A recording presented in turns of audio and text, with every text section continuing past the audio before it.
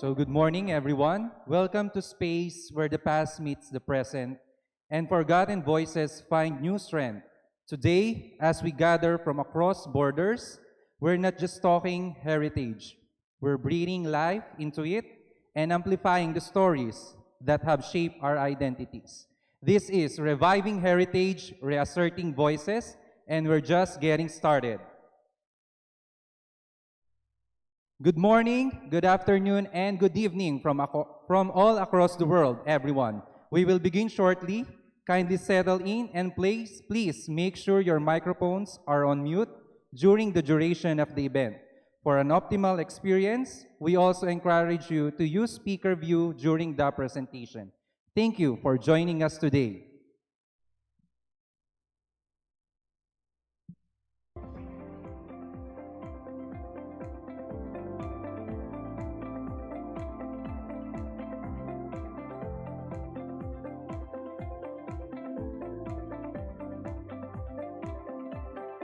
Good morning to our distinguished guests, speakers, partners, and attendees from all over the globe.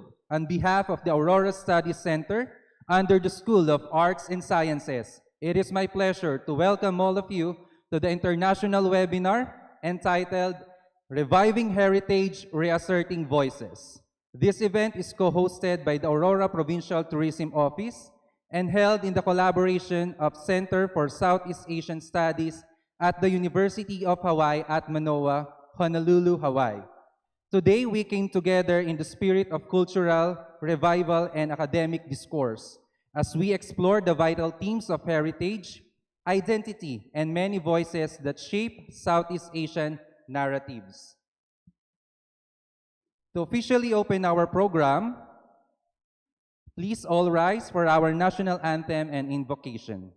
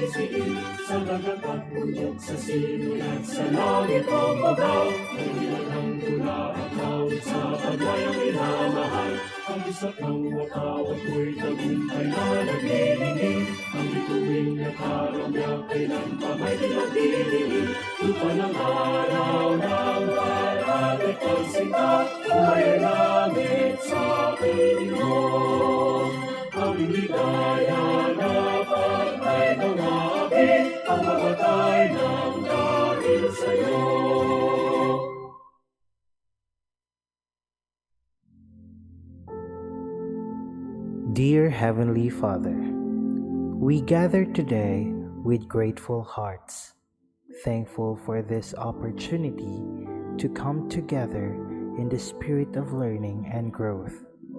We ask for your guidance and wisdom as we embark on this training seminar.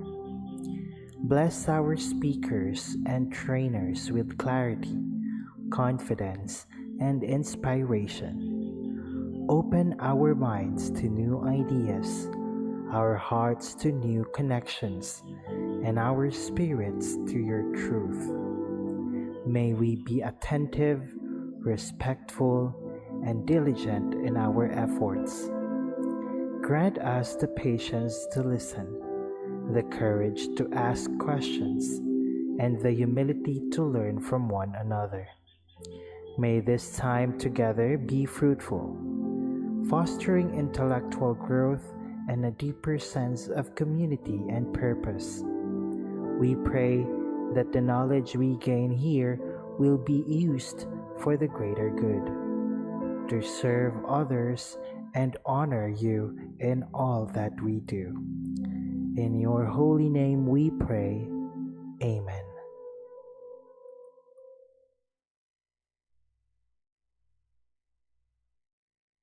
So we may take our seats and get started. So good morning once again to everyone. So officially open our program. Let's have our program prelude to be discussed about the brief history and background of Aurora Study Center. Let's all welcome the Director of Aurora Study Center, Miss Melissa Grace P. Nasino.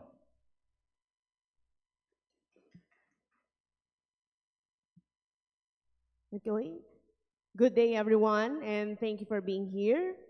Before we begin our program, allow me to share a brief background on the inspiration behind today's event. The Aurora Study Center was established under the School of Arts and Sciences of Aurora State College of Technology in 2024 and officially launched this year with a vision of becoming a hub for cultural and scientific research, heritage advocacy, and community-centered scholarship rooted in the unique identity of the province of Aurora. Since its conception, the center has been working toward meaningful collaborations that uplift local knowledge, promote cultural preservation, and empower voices often left unheard. Today's webinar, Reviving Heritage, Reasserting Voices, reflects that mission. It was conceived not only as a part of our celebration of National Heritage Month, but also as a platform to engage in global conversations on culture. This year's national theme, Preserving Legacies, Building Futures, Empowering Communities Through Heritage, reminds us that heritage work is not just about protecting the past.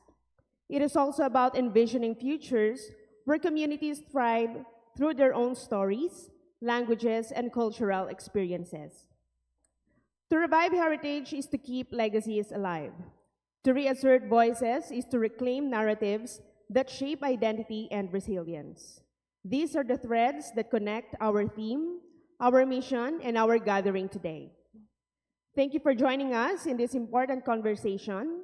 We are honored to have you with us as we begin this milestone for the Aurora Study Center and School of Arts and Sciences of ASCOT, in collaboration with the University of Hawaii Center for Southeast Asian Studies. This program is also proudly co-hosted by the Aurora Provincial Tourism Office, whose support reflects our shared commitment to cultural preservation and community empowerment. Again, good day, everyone. So thank you, Ma'am Mel, for the very inspiring about the Aurora Study Center. Now for having our opening remarks, may I call our Vice President for Academic Affairs, Dr. Malus F. Cabatan.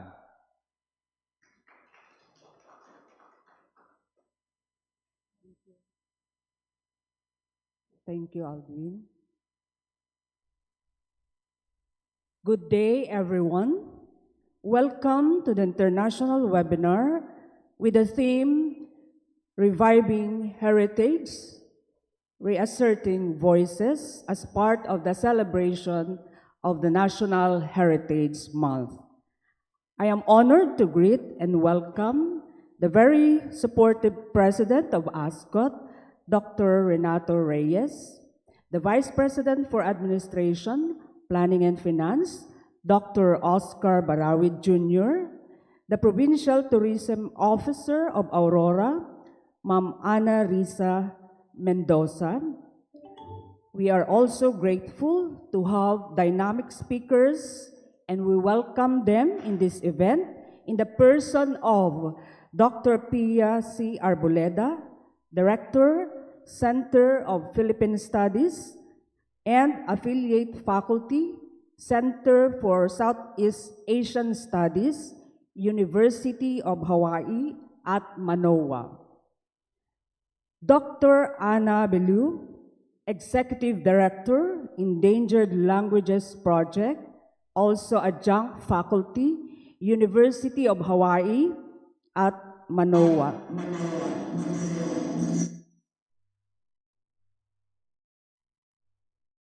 We also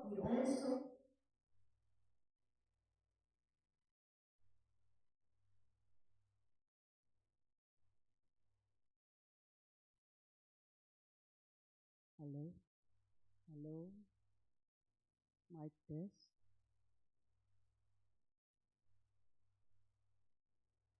Hello,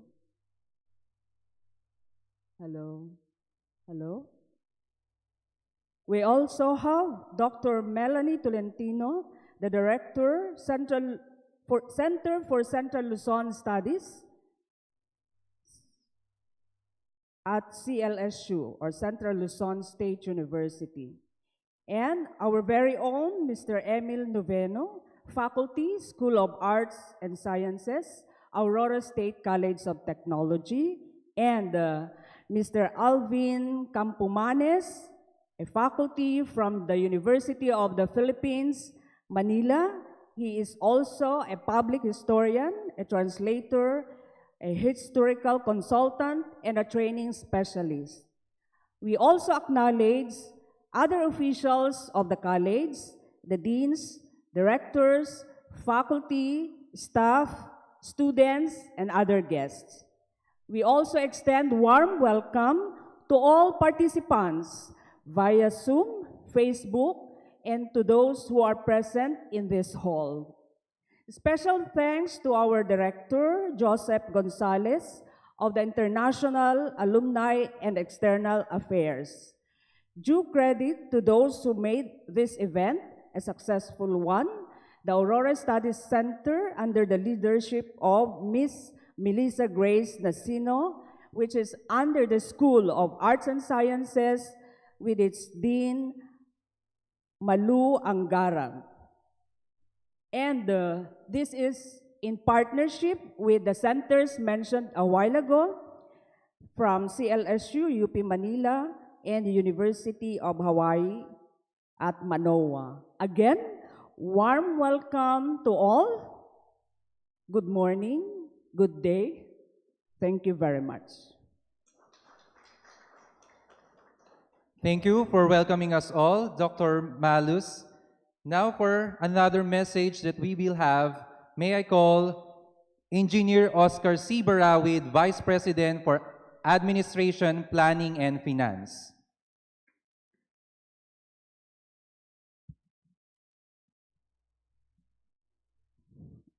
To our college president, Dr. Renato G. Reyes, to our vice president for academic affairs, Dr. Malos F. Cabatan, to our organizing committee, faculty and staff, esteemed invited speakers, participants around the globe, pleasant good morning, good afternoon, and good evening to all of us. It is my honor to join you today for this timely and significant gathering hosted by Aurora Studies Center of Aurora State College of Technology as we celebrate the National Heritage Month under the theme Reviving Heritage, Reasserting Voices. Heritage is more than a collection of artifacts or historic sites. It is the living tapestry of our shared stories, values, and traditions.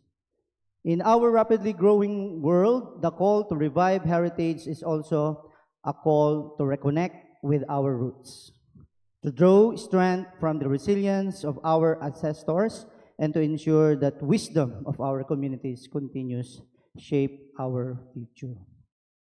The Aurora State College of Technology's commitment to cultural enrichment, as seen in the partnerships and community initiatives, stands as a model for how institutions can bring gap between tradition and innovation. By fostering dialogue, supporting creative expression, and embracing the diversity of our heritage, we build a stronger sense of identity and pride, not just for ourselves, but for the nation and for the world. Let us remember our heritage is not static. It is a living process of meaningful making rooted in a community. Once again, may we all leave this gathering renewed in our commitment to revive heritage and reassert the voices that define who we are. Thank you very much, and a pleasant good morning, good afternoon, and good evening to all of us. Thank you, Engineer Barawid, and for welcoming us that history itself must be revived at all times. And for another message that will come from the Aurora Tourism Office. Let's all welcome Ma'am Ana Risa S. Mendoza.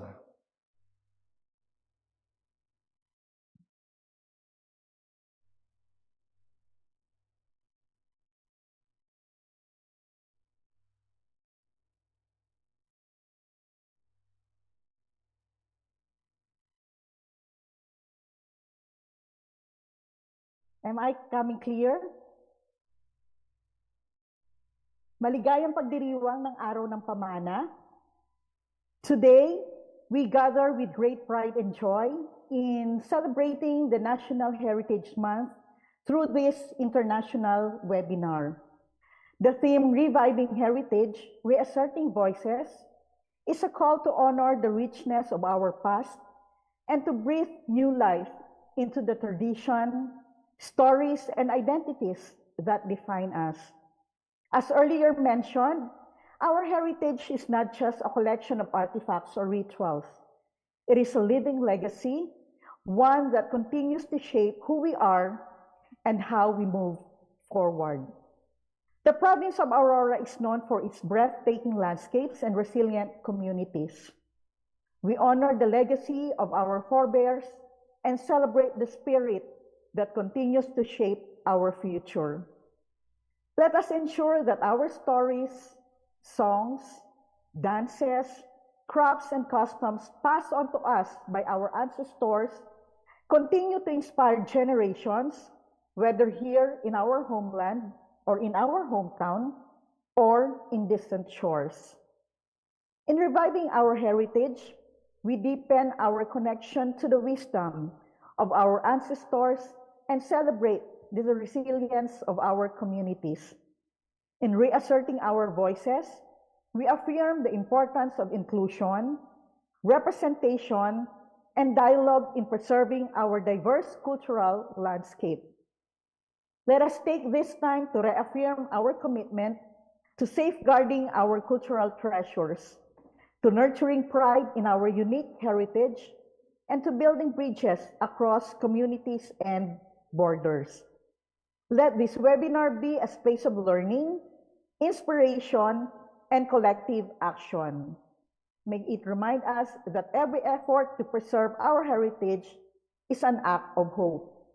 Hope that future generations will know their roots, their stories with pride, and keep the spirit of our culture alive. Thank you for joining us today. Congratulations, ASCOT, for this event.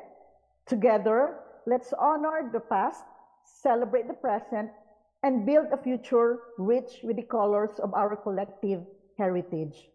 Mabuhay ang ating kultura at pamana. Mabuhay ang lalawigan ng Aurora. Thank you. Thank you, Ma'am Risa, for reminding us that preserving our culture is necessity for our life. And now, for giving us an inspiring message, may I call our President, Dr. Renato G. Reyes.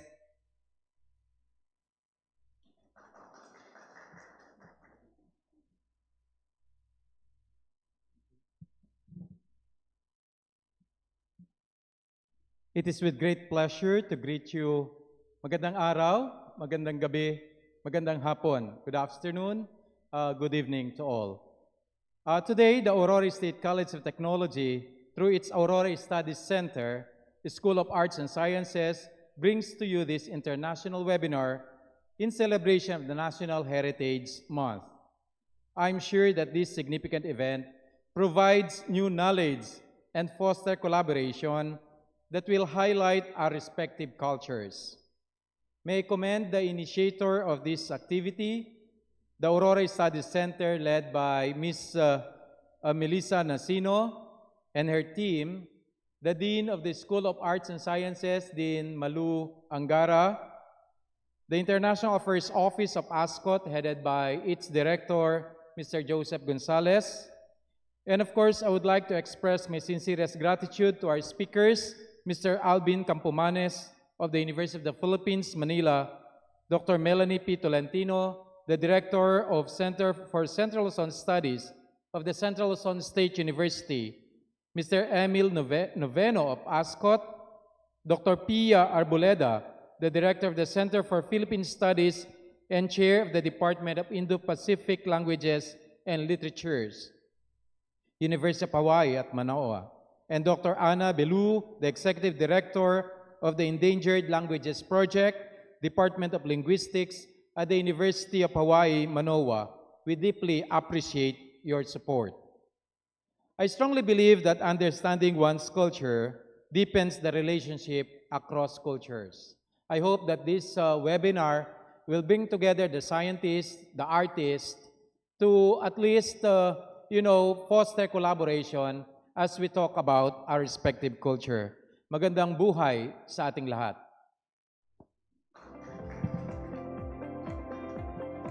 Thank you, our beloved President, Dr. Reyes. And now, for giving us our house rules for this day international webinar, may I call the Head of Research of Aurora Study Center, Ms. Rona Jane N. Kakanindin.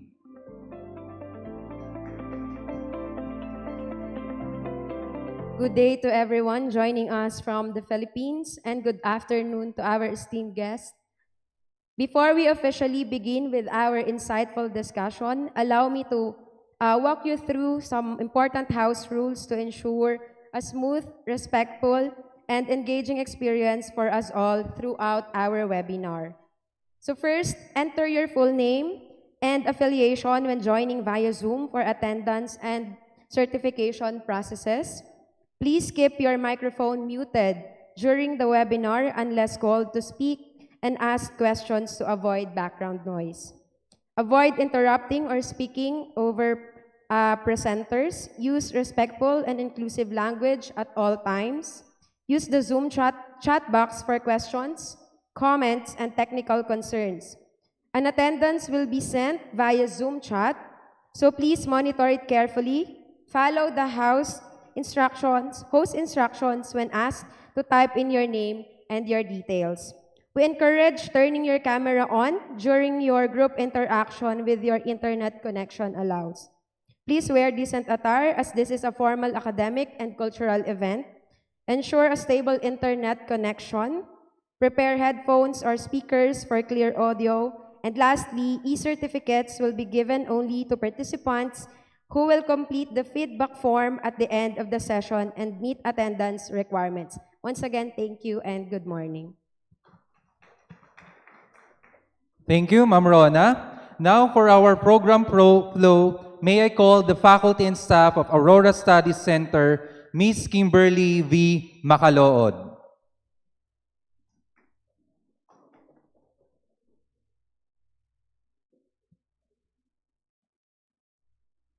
Good morning and good afternoon, everyone. As we commence today's academic gathering, allow me to present the flow of our program. This event brings together prominent scholars and experts whose work contributes significantly to the preservation and promotion of cultural heritage, historical consciousness, and linguistic diversity. Our morning lectures will begin with Dr. Pia C. Arboleda, who will share her research on Ilonggo cuisine, collections, and recipes, offering insights into culinary traditions and their role in cultural identity. This will be followed by a presentation from Dr. Ana Belu on sharing knowledge and growing networks for language revitalization worldwide, highlighting global efforts in sustaining linguistic diversity. After an open forum and lunch break, the afternoon session will feature a series of lectures focusing on regional heritage. Dr. Melanie P. Tolentino will begin with a presentation on the role of the Central Luzon State University Agricultural Museum in promoting agricultural heritage. This will be followed by Mr. Emil L. Noveno's lecture on the cultural mapping of historical landmarks in Baler. Lastly, Mr. Alvin D. Campomanes will explore the intersections of public history and heritage tourism, offering thoughtful reflections from his experience as a public historian and consultant. We look forward to a day of meaningful and critical reflections, and we encourage all participants to actively engage in the discussion that follow each presentation. Thank you, and I wish us all a productive and inspiring day ahead. Thank you, Ma'am Kim. With that, we move to the heart of today's event. To present our resource speaker for this morning, may I call the Dean of School of Arts and Sciences, Head of Instruction of Aurora Studies Center, Mrs. Malu C. Angara. Mabuhay everyone. It is a great privilege to introduce our resource speakers this morning. Our first speaker, Dr. Pia Arboleda, is a distinguished academic with a Doctor of Arts in Language and Literature from De La Salle University, Manila. She is currently a professor at the University of Hawaii at Manoa, where she chairs the Department of Indo-Pacific Languages and Literatures and serves as the director of the Center for Philippine Studies. A recipient of numerous prestigious honors, including the University of Hawaii Board of Regents Excellence in Teaching Award in 2015, she has also secured several research grants in support of her work in language education and cultural preservation. Dr. Arboleda's academic expertise lies in the development of educational projects, digital learning modules, and multimedia resources that highlight Philippine culture and language. Her impressive body of work includes the translation of key texts, the production of over a dozen animated films on Philippine folklore, and meaningful contributions to making Philippine literature and cinema accessible to global audiences. Her career has taken her to international academic platforms, including a visiting professorship at Osaka University and teaching engagements at the University of the Philippines. Beyond academia, Dr. Arboleda has held leadership roles in non-governmental organizations dedicated to environmental justice and HIV/AIDS advocacy, a sought-after speaker at conferences around the world. Her research encompasses literature, gender studies, and diaspora narratives. Through her scholarly creative endeavors, Dr. Arboleda continues to enrich the understanding and preservation of Filipino cultural heritage. Let's give Dr. Arboleda a warm virtual applause. So, for our second speaker this morning, Dr. Ana Belu is a linguist, educator, and passionate advocate for indigenous and endangered languages. She currently serves as the Executive Director of the Endangered Languages Project and is an adjunct assistant professor in the Department of Linguistics at the University of Hawaii at Manoa. Dr. Belu earned her PhD in linguistics from the University of Hawaii at Manoa and holds both an MA in Applied Linguistics and a BA in Linguistics and English Literature from Boston University. From 2018 to 2024, she served as Program Manager of the Endangered Languages Project, and she previously worked with the Linguist List of Eastern Michigan University. Her research centers on language endangerment, revitalization, and ethical collaboration with indigenous communities. She is the co-author of several key publications, including the foundational volume cataloging the world's endangered languages and widely cited white papers on best practices in language revitalization and media representation of marginalized languages. Dr. Belu has presented at more than 30 national, international conferences and has delivered keynote addresses on topics such as intergenerational language transmission, digital tools for language preservation, and global revitalization networks. Her work bridges community-based research, academic scholarship, and digital infrastructure to promote and sustain linguistic diversity worldwide. Her scholarly interests include language shift and revitalization, multilingualism, speaker identity, and global cooperation in support of indigenous and marginalized language communities. As a leader in the field, she continues to spearhead cross-border initiatives, mentor emerging language advocates, and build platforms that serve both scholars and grassroots communities. Again, good day and be prepared for a wonderful and engaging encounter with our resource speakers. Good morning, everyone.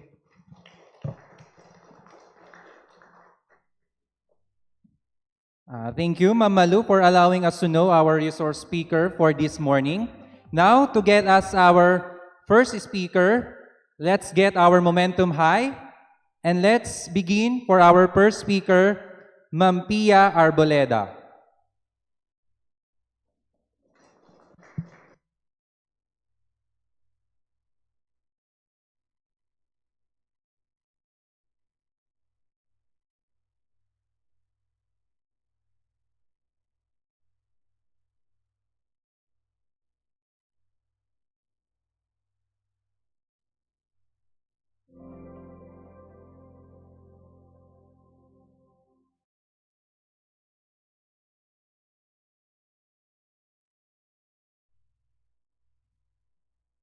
Magandang hapon po sa ating lahat. Naririnig po ba? Magandang umaga po, ma'am. Naririnig po Yes ba? po. Yes po, ma'am. Okay. At okay po ba yung slide? Sorry, hindi ko makita from my end. If it's okay. Yes, ma'am. Can you Okay see po it? yung slide. Okay, sige po. I'm going to start now. Maraming salamat po, Dean Malu Angara, para sa napakaganda po ninyong introduction para sa akin. Maraming salamat po, Aurora Study Center, sa inyong paanyaya na makapagbahagi ako ng aking research ngayong hapon at po umaga dyan. My topic is on Ilonggo cuisine, recollections and recipes. It is partly also a tribute to my family, much of which, the information of which you will learn today.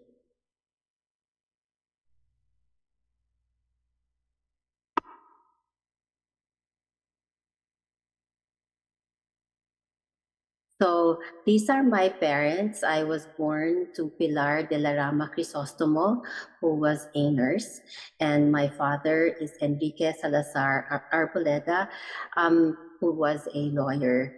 So originally they came from Ilocos, and my father's family moved to Bacolod City. So these are the Arboledas from Bacolod. My father is the third one on the left. He is one of 10 children. He is lovingly known as Ike or Iking. So this is my family, which I will return to later, the Arboleda side. But before that, I would like to provide an introduction and a historical introduction about terms that I will use in this lecture. Hiligaynon is from Spanish Hiliguenos, which is derived from the older Iligan or Iliganon, meaning people of the coast, from the root word ilig, or to go downstream, referring to a river in Iloilo, Panay. The term Ilonggo is derived from Ilong Ilong, the old name for Iloilo City in Panay. Ilonggo is considered to define a specific group of people whose ethnic origins are in the provinces of Iloilo, Guimaras, Panay, and Bacolod, while Hiligaynon defines the language and culture of the Ilonggo people. Negrense means people of Negros, but the island of Negros is divided into two. Negros Occidental and Oriental because of this mountain range where the famous Mount Canlaon, which is also an active volcano, where Mount Canlaon is located. This is why if you go to Dumaguete from Cebu, you must take the coastal road. That bus ride is picturesque and I recommend that everybody experience it. So Panay Island, where Iloilo is located, Guimaras, Bacolod are Hiligaynon, while Dumaguete, Cebu, and Bohol are Cebuano, a separate ethno-linguistic group with its own unique culture. I will now provide a brief historical background. Bacolod and Silay were once the domain of powerful sugar barons. The sugar industry was the brainchild of the former British Vice Consul Loney in the 1850s. Initially, he set up the plantations and the mechanical infrastructure in Iloilo. Eventually, the industry leapfrogged over to the western part of Negros, where the land was found to be more suitable for this crop. Sons of the Iloilo aristocracy were sent over to Negros to start and manage the plantations, and workers were brought in from neighboring Visayan islands. By the next decade, Negros was the leading producer of sugar in the Philippines. From 1900 to 1945, the Philippine sugar industry benefited from favorable U.S. tariff laws and a quota system that guaranteed a protected market of Philippine sugar in the U.S. Then, in the 1960s, the developed competitive sugar sources. Then, in the 1960s, the U.S. developed competitive sources of sugar. For the past 3 decades, the sun has been slowly setting on Negros sugar aristocracy. Negros is not unlike the American South with its old, graceful cotton plantation and bygone culture that its northern industrial counterpart never quite aspired to. Negros produced much of the Philippines' sugar and is one of the wealthiest and most politically influential regions in the nation. The sugarcane farms and central mills that produce raw sugar from cane are concentrated in the north and west. Large numbers of migrant sugar workers annually cross the strait from Panay to harvest the cane. Rice, coconuts, bananas, papayas, and mangoes are secondary crops raised on Negros, and corn or maize is the major food crop. Timber extraction and processing is important. Mineral deposits include copper, mined in Sipolay, and gypsum, coal, and rock phosphates. Salt is also produced in the east, and of course that source is from Britannica. I cannot talk about food without also talking about the problems that Negros has faced. And I would like to talk about the crisis that they had experienced. President Ferdinand E. Marcos' government took over sugar exports, the country's largest earner, in 1974 through a martial law decree. Industry sources said that the Philippines' troubles started in 1975 when, with the raw market sugar price about 36 a pound, the government withheld sugar from the market in hope the price would return toward the 67 high in 1974. Prices continued to fall, however, and the Philippines returned to the market at 16 cents. It is now about 15 cents, the lowest in 2 years. This is a quote from New York Times. So what happened was they tried to withhold the supply of sugar, waiting for the prices to rise, but it did not rise. So I will continue. School gymnasiums, swimming pools, and churches in this sugar bowl of the Philippines have been turned into emergency sugar storehouses in what trade sources say is a gamble by the government of President Marcos to force up the sagging world sugar price. The stockpile of raw sugar has reached record size and is rotting. The sources said, well, the government is trying to sell off as much as possible in quiet deals designed to prevent a further price drop. So this was in 1976. The stockpiling of sugar caused a major catastrophe in that region. And I apologize for the next slide. It is very graphic. So this is a photo of a malnourished girl during the famine in Negros. According to John Silva, she died several days after this photograph was taken. There were thousands more like her during the famine in Negros. This is a photograph that was republished again after reviewing what happened in the region several decades later. But it is important to note, we are talking about food, but we also need to talk about justice. So this has not changed. So today, every day, 95 children in the Philippines die from malnutrition. 27 out of 1,000 Filipino children do not get past their 5th birthday. A third of Filipino children are stunted or short for their age, according to UNICEF Philippines. So when we talk about food, it's always, oh, it's really nice. We have the recipes for pancit molo, which I will go over, but I also would like to contextualize it in terms of what is happening and has happened in that region.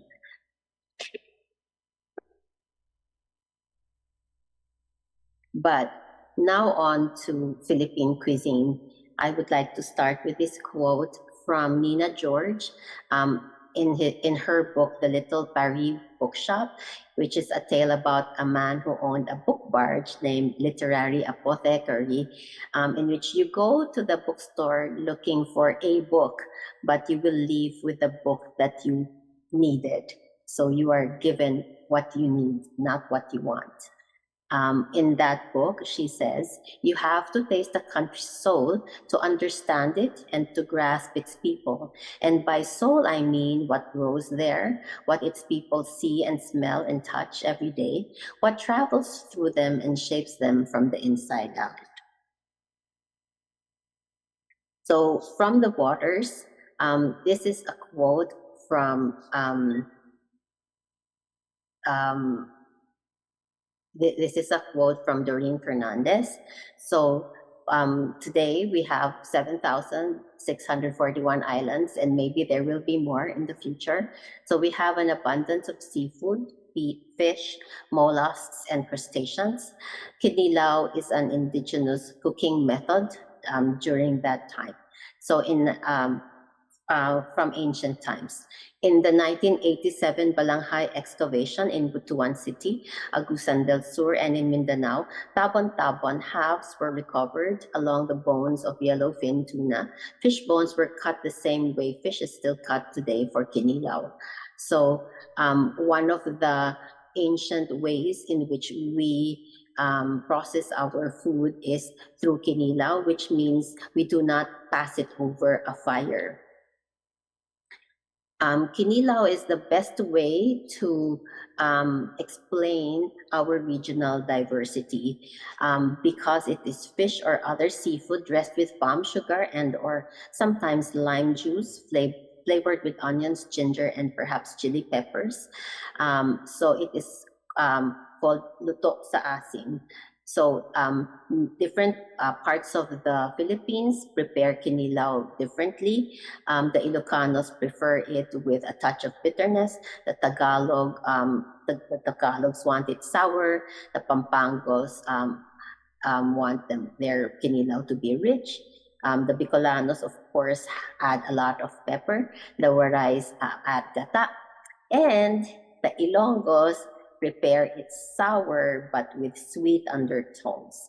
That is because obviously in the Ilocos and the in Ilonggo cuisine, everything is sweet because your food is influenced by your environment. So dahil sobrang daming asukal, lahat ng kain ay matamis sa Ilonggo cuisine.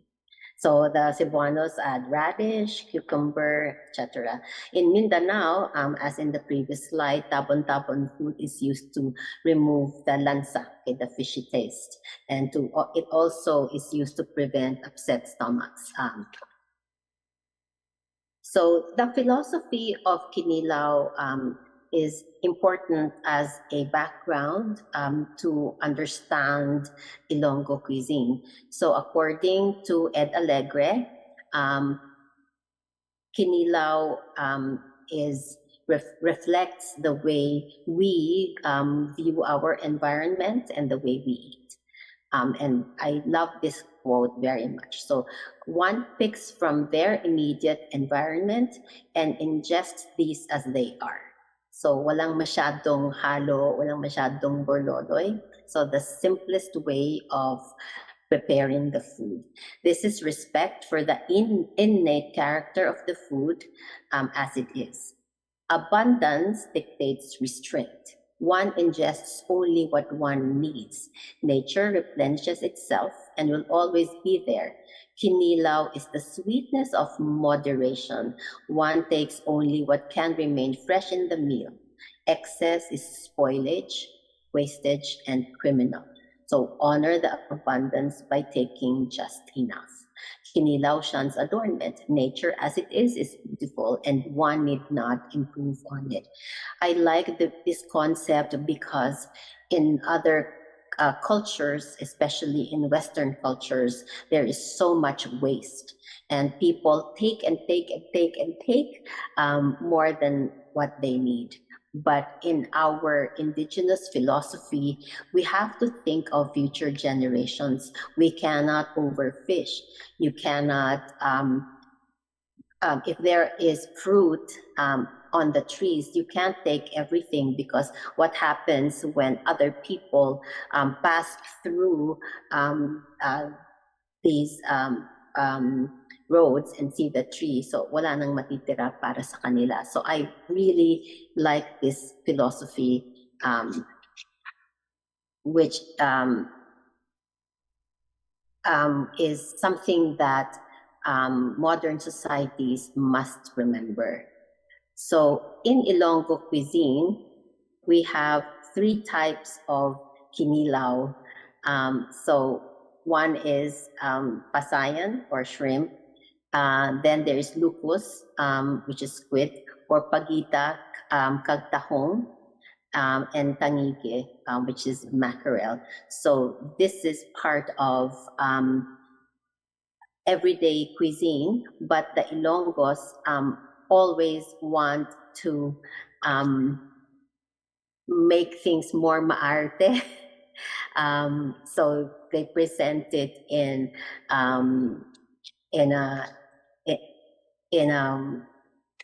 artistic way, sometimes medyo over. So this is the kind of cuisine that I find when I go to my relatives on the Arboleda side. But now I would like to talk about my other grandmother. So if you go, so the Crisostomo side, here is my Lola Modesta. We call her Lola Muding. The second picture is my mom as a baby. And that is my grandfather, Lolo Laing, who was a full Spaniard, and he was 6 foot tall. But you would think they would have more money, but my grandmother, who was also a nurse, they lived in a modest, almost like a bahay kubo house, because they didn't have as much money as my Arboleda relatives. But whenever I went home to the Philippines, this is the house that I remember staying at.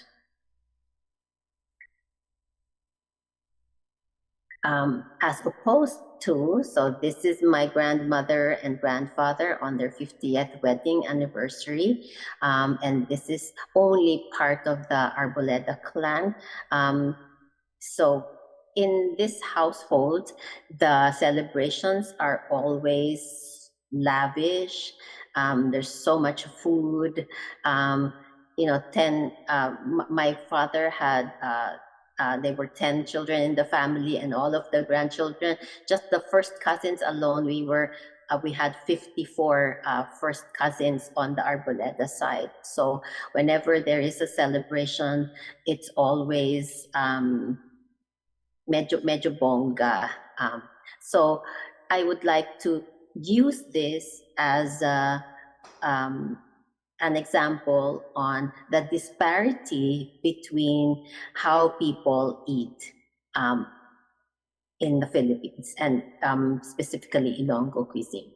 So this is how the rich eat. So this is from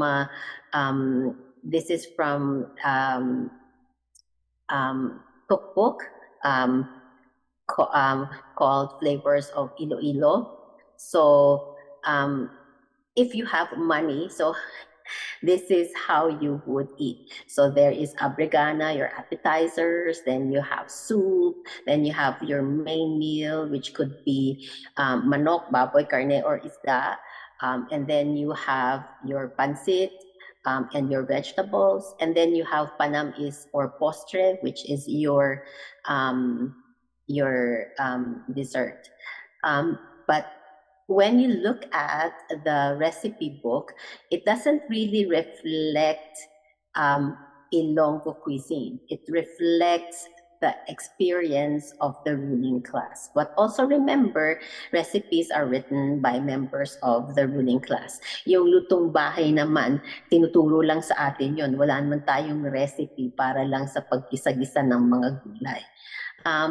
In the Philippines, in Bacolod, when I went to the rich relative's house, they are owners of sugar mills. They are very particular with the sugar itself. So they said sugar must be so fine, it dissolves in coffee without stirring. So sobrang social na klase ng asukal. Sa atin naman kahit iba-ibang klase ng asukal, okay lang sa atin. Pero they need it to be really fine. So these are some of the recipes that are in the book. So abrigana would be seaweed salad, bitter gourd with anchovy fillet, spring rolls of heart of coconut, bamboo shoots, grilled baby squid salad, and of course kinilaw. That's for the appetizers.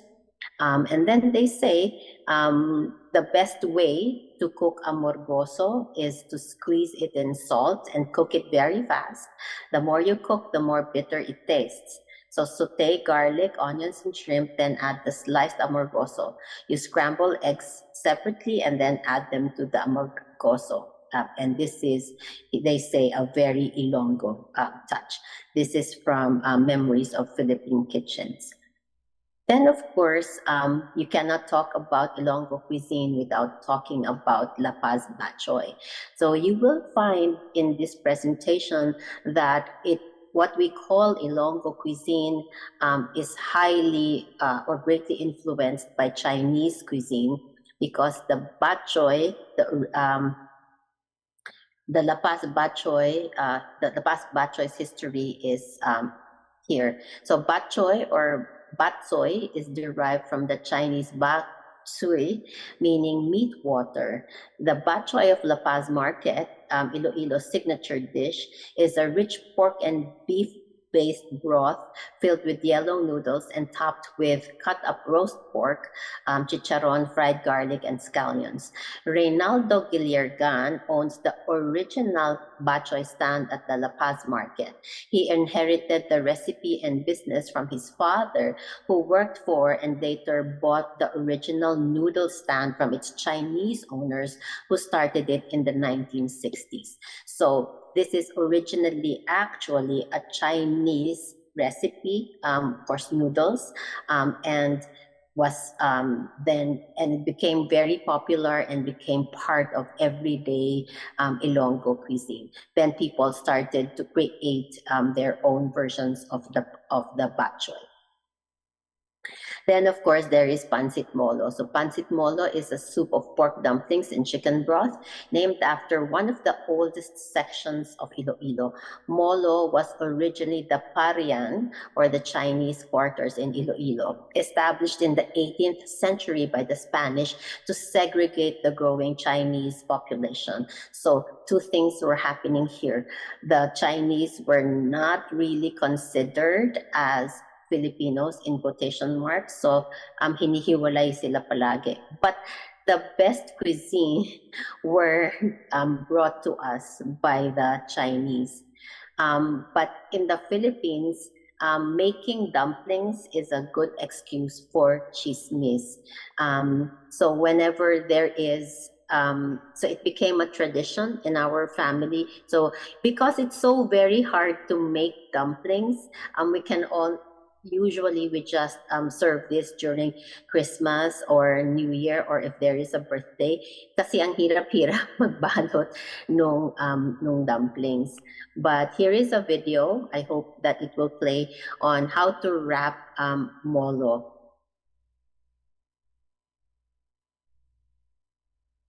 Is it okay? Yes po, ma'am. Salamat.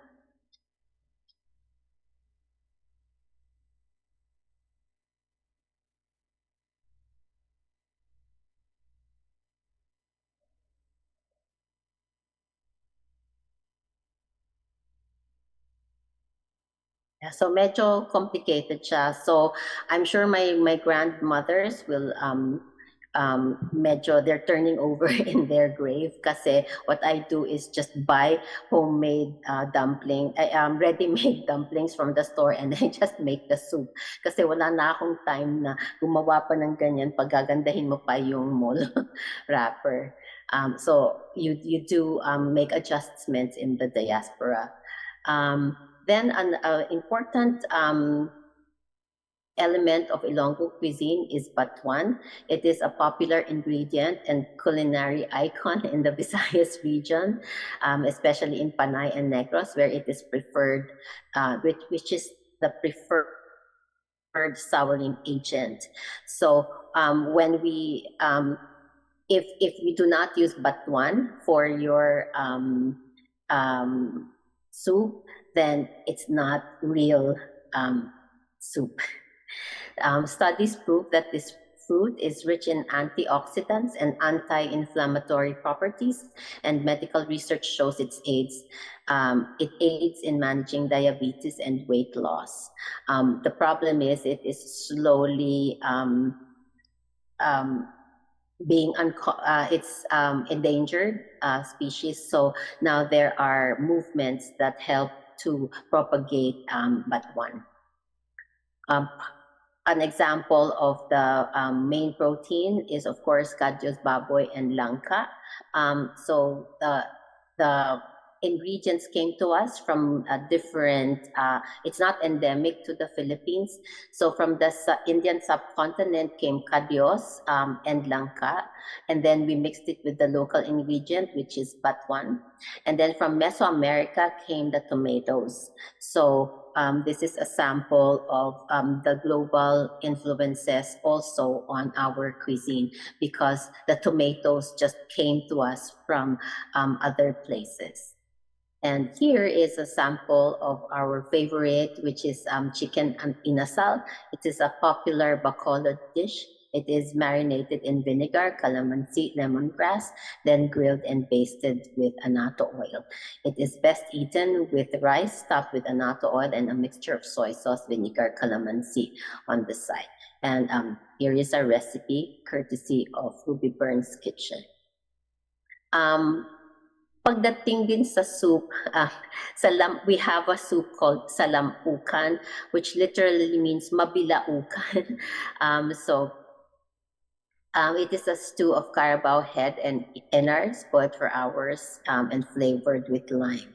lemongrass, and herbs. And other kinds of main dishes are callos, morcon, lengua estofado, mechado, which are hopefully familiar to you as well.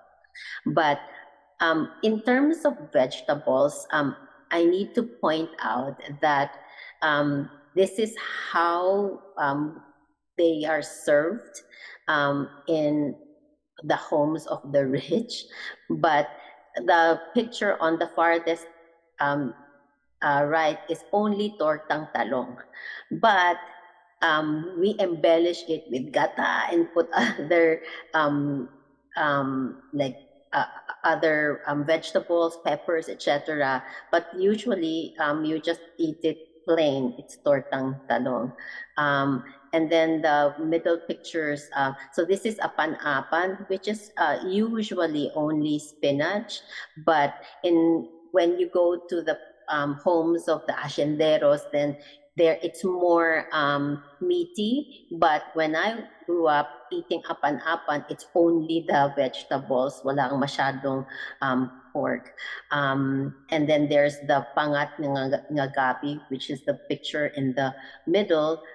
So you can see how much pork is in there, or linatik na kalabasa.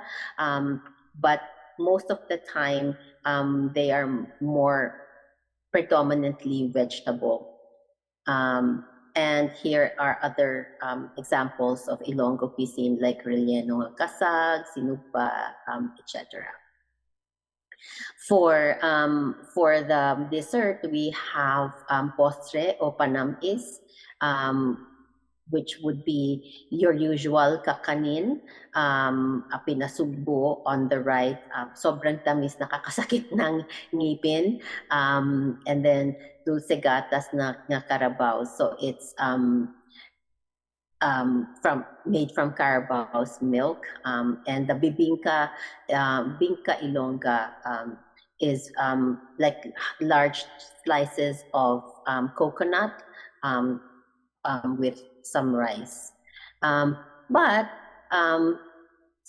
you take the picture on the left, you take it's just ibus, your ordinary rice cake, but in the homes of the rich, they put a glaze and langka on top, and you would have to decorate it para mas social. So sometimes the Ilonggo mindset is very very maarte, and sometimes hindi naman hindi na sobra na, hindi na, pero parang the form is more important, is as important as the taste in the homes of the rich. So I am making a distinction kasi hindi lahat ng tao ganito kung kumain. But these are some of the samples in what you will find in the recipe books. So we obviously, American influences brought baking and other traditions. So you would have canonigo and mango buttercream cake. But because our lecture is about revitalization and heritage, I would like to talk about a dying tradition in the Philippines, which is the tradition of the manuglibod. So I always feel very sad that when I was growing up, we would sit outside in the, I was playing, getting dirty, making cakes from mud, and then the manuglibod will come. They're ambulant vendors, and they will come and bring the food to us. But today, people are so paranoid, you cannot even go next to your neighbor's house.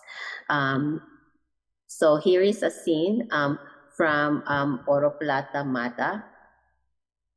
So I play this clip because mahjong is a very important part of Ilonggo culture. So Here, the ladies are shown playing mahjong, but most of the manuglibud tradition started because the men were playing mahjong and they didn't want to get up from the table, so they were brought the food to them. This clip also shows you some of the parang mga pamahiin na pinapaniwalaan natin sa Pilipinas. Oops. So when so this is a sample of yung dati, di ba? Ang ganda ng mga binibenta ng mga manuglibod na ito, iba-ibang uri ng mga kakanin. So I was in my grandmother, Lola Muding's house. So if you want to, when I show this slide to my students in Hawaii, if you are given this choice, then they say, oh, we want to buy one of each kasi para matikman lahat. Pero syempre, kami, hindi naman kami mayaman. So what I will do is just buy one and then the next day choose another and then the next day choose another because until matitikman ko siya ng lahat. So it is a lesson in restraint for us as well. So I'm just showing you, these are some of the samples of what they are selling. And I would like to end my presentation with this picture. So this is my son. His name is Erigo, and he became a chef. So when he decorates a cake, it's always so very elaborate. He was trained in Japan, where simplicity is key, and simplicity is admired and expected. But when he decorates, masyadong madaming burloloy, I think he gets it from his Ilonggo side. But what I would like to leave you with is the idea that when food is about family, food is shaped by our environment. I got to see two different sides of Ilonggo cuisine, one from the simple everyday fare and the tradition of the manuglibod, and the other is the more elaborate side. But we have to remember also to think of our environment and the future. And my mother, who said na wala kaming masyadong maraming pagkain, but she said, what feeds 4 could feed 8 if your heart is open and generous. So when we talk about cuisine, I think we also need to think about Philippine values and the values of sharing and thinking about our future in terms of our culture and traditions. Maraming salamat. Oh, thank you, Ma'am Pia, for that very satisfying and overwhelmed introduction about the Ilonggo cuisine. For our questions and other follow-up for our Zoom and live, we will proceed it after our second resource speaker for this morning. Now, let me introduce our second speaker, Dr. Ana Bldg.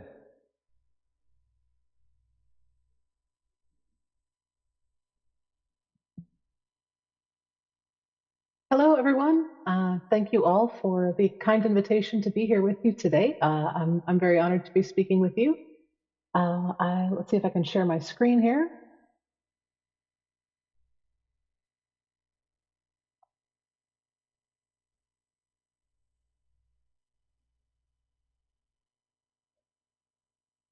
And while I'm getting that started, I want to thank Dr. Arboleda for her talk, which was both really insightful and moving and made me quite hungry. All right, hopefully everyone can see that okay? Yes, ma'am. So again, thank you. All right. Then thank you so much for the invitation to speak with you today. My name is Ana Bldg. I'm Executive Director of the Endangered Languages Project. And And I'd like to talk a little bit about sort of a more global scope look at language revitalization and language reclamation. So, as many of you may know, we are currently in a really urgent time for all languages all around the world. There are about 7,000 languages spoken on Earth today, but almost half of them are currently endangered. That is, they are at risk of being silenced within the next couple of generations. And this is the highest rate of global language endangerment at any time in known human history. So in a lot of ways, this is the worst of times for language diversity around the world. And most of the languages that are being threatened with silence are indigenous languages. But this is not a doom and gloom talk, because the good news is this is also the best of times for language revitalization. People and communities all over the world are reclaiming, revitalizing, sustaining their languages, and even more communities want to begin this work. The movement of language revitalization is really growing all around the world. And that's not just my personal opinion. There's a wonderful study published in 2019 called the Global Survey of Language Revitalization Efforts by my colleague Gabriela Perez-Baez at the University of Oregon.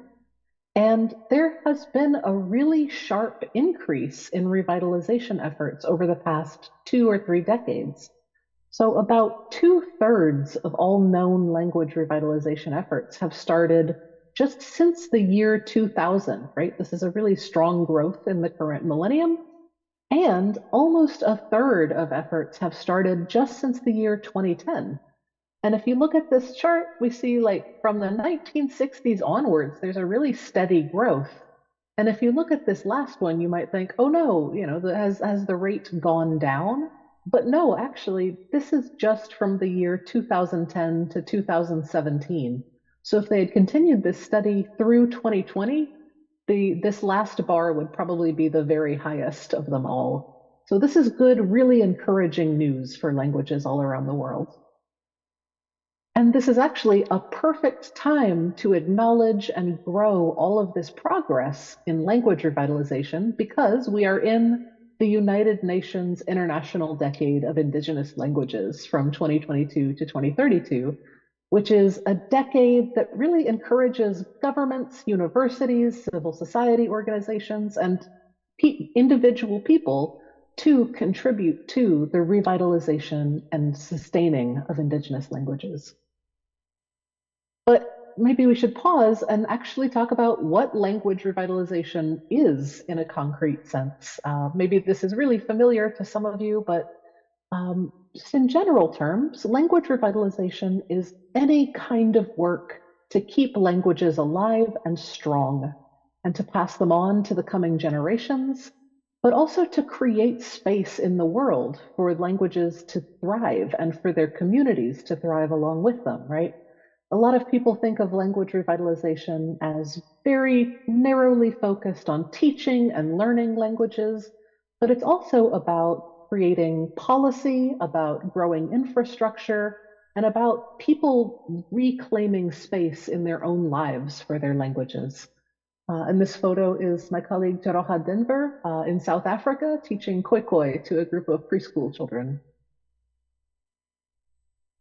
And, as we were talking about food and culture and history, I think for many of you and for a lot of folks all over the world, language is tied really closely into our experiences of family, of community, of identity, right? And so language revitalization is about much more than language itself.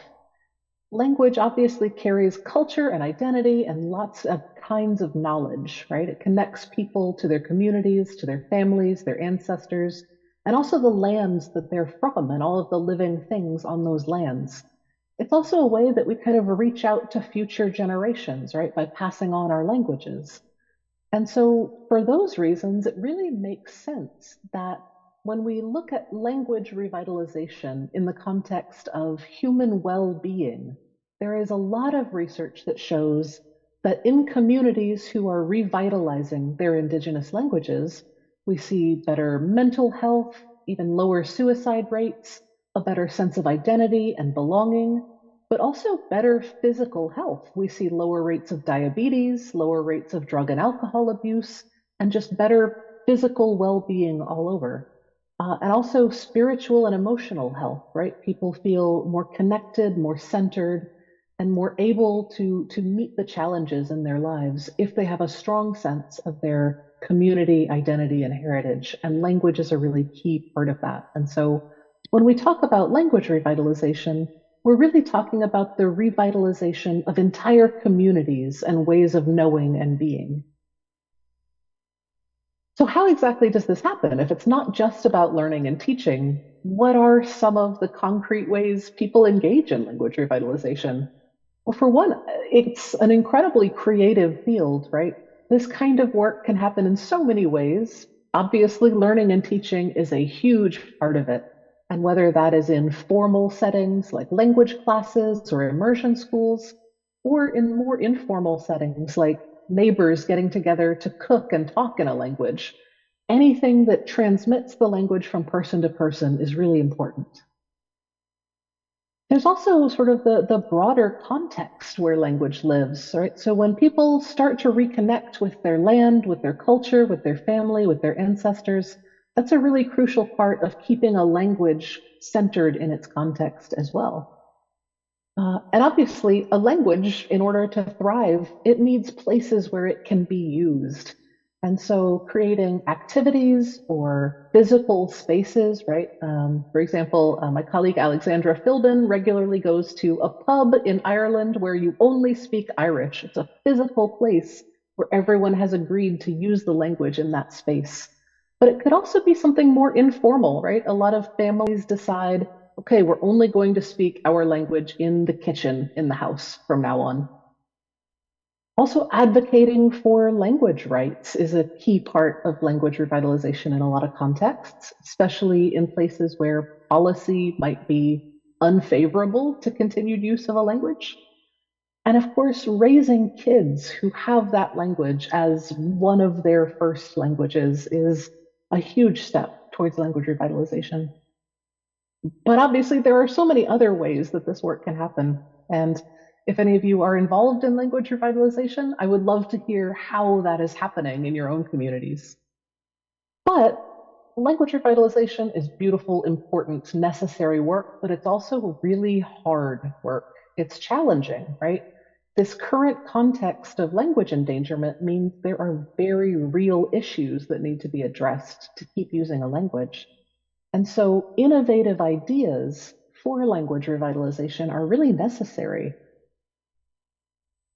And one of sort of the classic examples of this type of innovation would be the language nest model, the Bahawika, as I believe they're called in the Philippines. I think there are now 3 language nests in the Philippines, which is amazing. I have to add that to this slide. But a language nest is essentially an immersion preschool for kids aged from babies up to about 5 years old. Because children at that age are incredible language learners. They absorb language quickly and they become fluent speakers very rapidly. And so this idea originated in Maori education systems in Aotearoa, New Zealand, where they started the first language nests, the Kohangareo, in the 1980s. And then very shortly afterwards, they were talking with colleagues in Hawaii and just said, you guys have to try this, right? This is really working for us. And about a year later, the first Punaraleo, or language nest, opened in Hawaii. And this idea has since traveled between indigenous communities all over the world. And there are language nests on, I think, 4 continents now. In almost every region of the world, there are language nests for language revitalization, including even in the UK for the Manx language. And so this is really, really necessary at this point, this kind of growth of new and effective ideas, because at the Endangered Languages Project, we really frequently get messages from people that say something like this. This is from an ELP community member in Iran. They say, unfortunately, we do not have systematic education and no authority helps or supports our language. There is no printed text. We want to preserve our language. Please help us if you can. Our dream is our people studying and teaching in Iran's schools and universities, and people writing and reading and talking our language in their life, right? Communities everywhere in the world want their languages to stay strong, but as you can sense from this message, there's really limited support for that work in a lot of places. And there are really big challenges to keeping languages strong, right? The forces that cause language endangerment are also serious obstacles to language revitalization. And some of those obstacles include a lack of learning opportunities about how to go about language revitalization, right? What are effective teaching methods for Indigenous languages? How can we create language immersion preschools? And this doesn't necessarily have to be a university-based program, although there are some really wonderful university-based programs all over the world, including in the Philippines. But there's also not a lot of informal learning opportunities for a lot of folks, right? There aren't free workshops or, Zoom webinars like this one that people can sit in on to learn how to do this work. Those opportunities are quite sparse. Similarly, a lot of folks just don't have access to these kinds of conferences that we're at right now, to gatherings where people get together to exchange ideas and knowledge in this work. Whether it's because, they can't afford to travel to those conferences, they can't get the visa to the country where the conference is held, they can't take time away from their family or their work, right? It's really hard for people to get to these things. And of course, a major challenge for language revitalization is funding, is the simple fact that some things require funding and material resources. And unfortunately, there is a very limited amount of money out there in the world for language revitalization. I hope that will change during the Decade of Indigenous Languages as people begin to understand how important this is. But even where there is funding, a lot of folks don't know how to get that funding, right? How do you find funding sources? How do you do project planning in a way that makes sense to a funder? And how do you write a grant? These are huge challenges. And of course, in the most extreme cases, which I wish were more uncommon, in a lot of countries, it may be politically contentious, it may even be illegal or dangerous to engage in language revitalization, right? In some places in the world, there are very harsh policies that prohibit the use of certain languages or force people to use only the dominant or national language. So some folks might not even feel safe engaging in this work. And in all of these challenges, there's one that overarches all of them, and that's isolation, right? It's still quite difficult for people to connect with others doing language revitalization work in other parts of the world.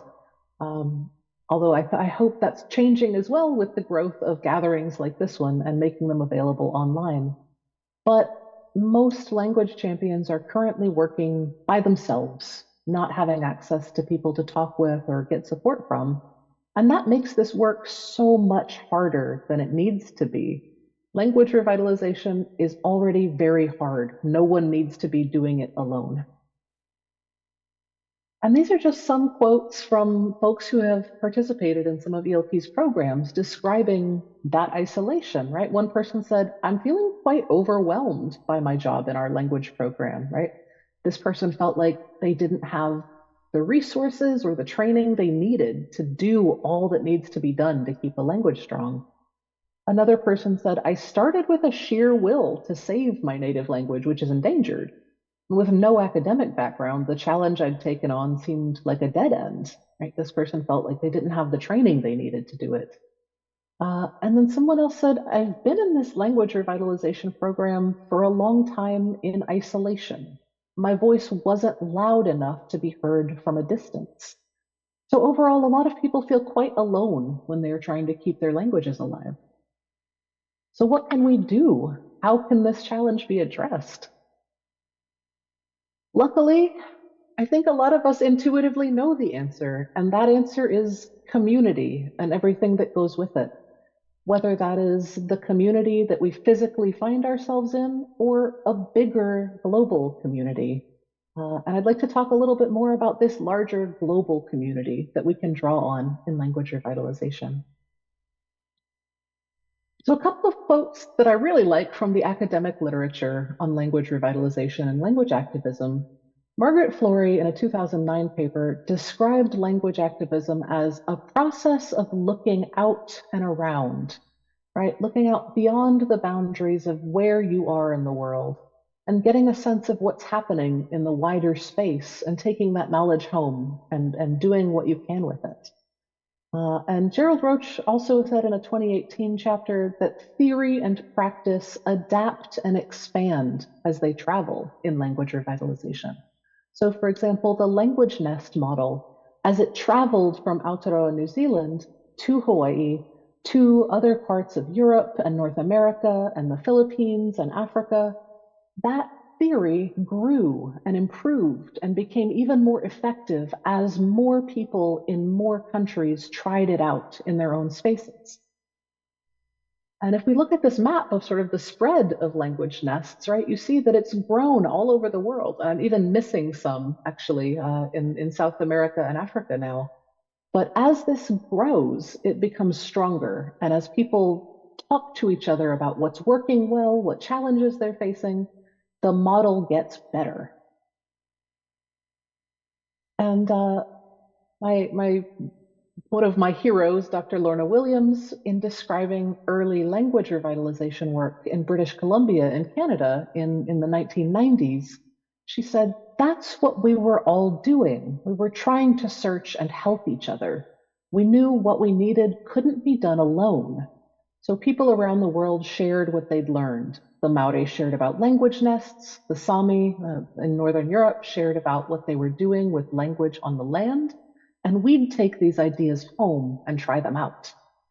And in her words, I can't pronounce her language well, I apologize, but the overall message is let us help each other. And in 2025, right, we have the internet, we have these incredible access points to people all over the world. And to quote Dr. Maung Nyu, a Marma scholar from Bangladesh, he says, we can connect internationally. We don't have to suffer in isolation in language revitalization. We can learn from each other and we can support each other. And so that's where the Endangered Languages Project comes in. So our role is to connect language champions, people working on behalf of their languages, with knowledge, resources, and a really supportive global community.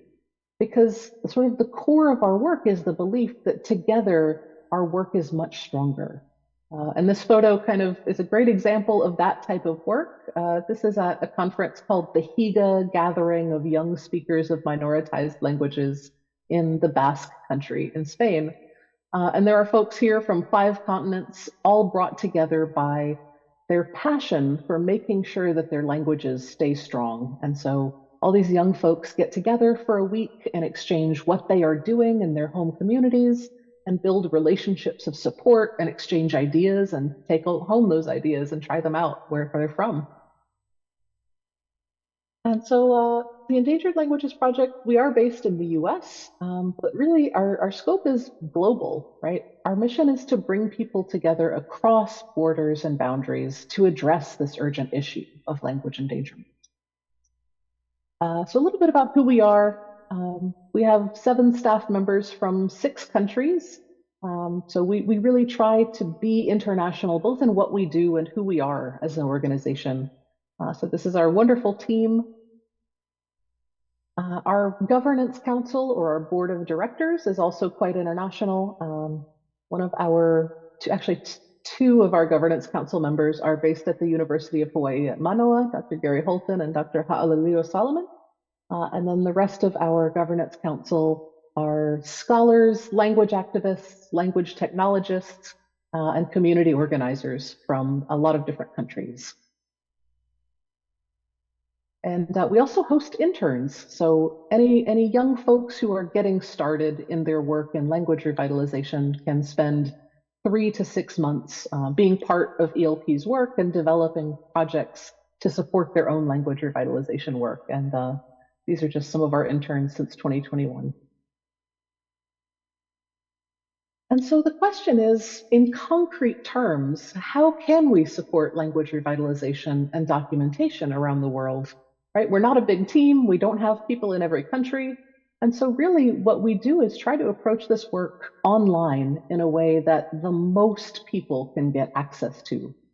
So we offer online courses and workshops and learning materials, both sort of for beginners and for more experienced revitalization folks.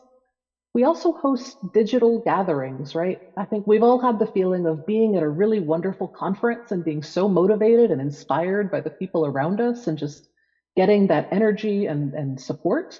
So we try to create spaces like that online, whether it's informal gatherings or coffee chats or storytelling sessions, right? We just try to make those spaces where folks can meet each other and get encouragement.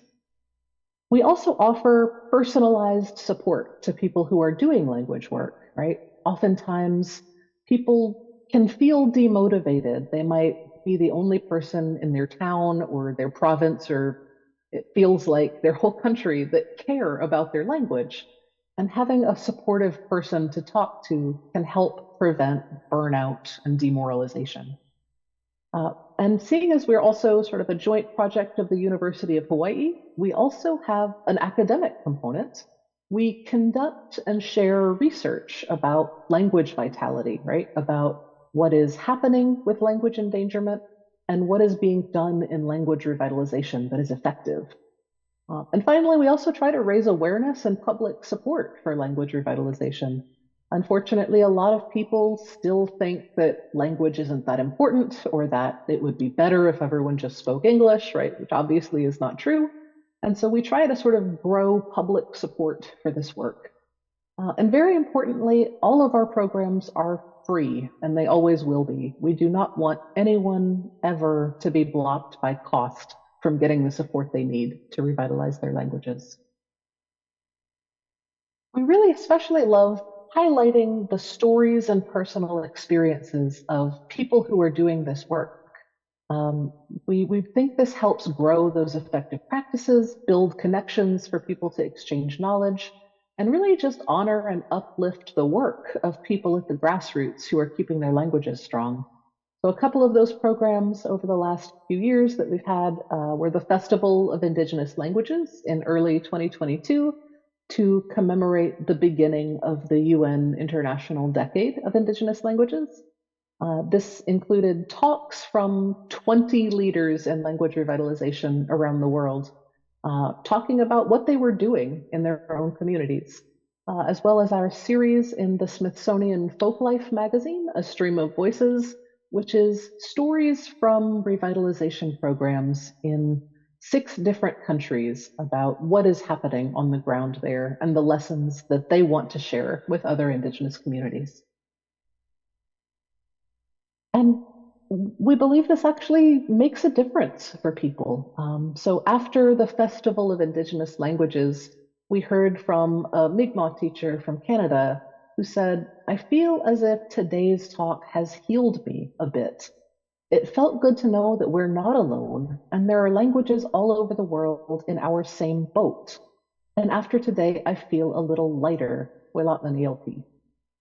And so when people feel supported, when they feel that they're not alone in this fight, they get more strength to keep going in their work. And as far as actual online courses and workshops, we offer 2 sort of keystone courses every year that, again, are free. So each fall, we host a series of language documentation webinars, which are training in how to make good records of a language, as well as Ready to Revitalize, which is our new online course in language revitalization. So the documentation webinars are a collaborative effort with the Language Documentation Training Center at the University of Hawaii at Manoa, and they're co-taught by folks at ELP, as well as students and recent graduates at UH. And they're open to anybody. We hope actually to see some of you in the fall webinars, maybe. This last year, I think in 2023, we had 719 participants. Last year, I think there were like 840 something. And they come from all over the world. There are folks from 81 countries in 2023. And to keep those conversations going, there's also a Facebook group, an email list for people to stay connected and talk about what they're learning and what they're doing. And one participant, Cynthia Montano, who actually went on to be an ELP intern, she said, I started watching the webinar and I realized there were people like me working with their communities. And after she completed the documentation webinar, she actually went on to do a PhD in linguistics at the University of California at Berkeley. And another participant said that ELP's language documentation webinars made me able to work more confidently for my mother tongue, and now I'm working online and offline for Saheli. And a lot of people, I think, just sort of need to realize and to have it confirmed that they already have the skills and knowledge to document their own languages, right? They just needed the confidence to go out and do it. This is work anyone can really contribute to. They just need sometimes a little boost. And so Ready to Revitalize is a slightly different model, right? The language documentation webinars are open to anybody. Sometimes we'll have like 100 people in the Zoom room. It's very big. But Ready to Revitalize, we keep it small. So it's sort of a cohort-based model. There are 20 participants, and there's a really high demand. For the first year, we had 419 applications for these 20 spots. But the goal is to get 20 people together to really build a strong set of relationships with each other, to keep supporting each other every week, and in the future. So every week, people get together to learn about a topic in language revitalization, but most importantly, they learn skills in planning and structuring a revitalization project that makes sense for their own community, that works for what their community needs.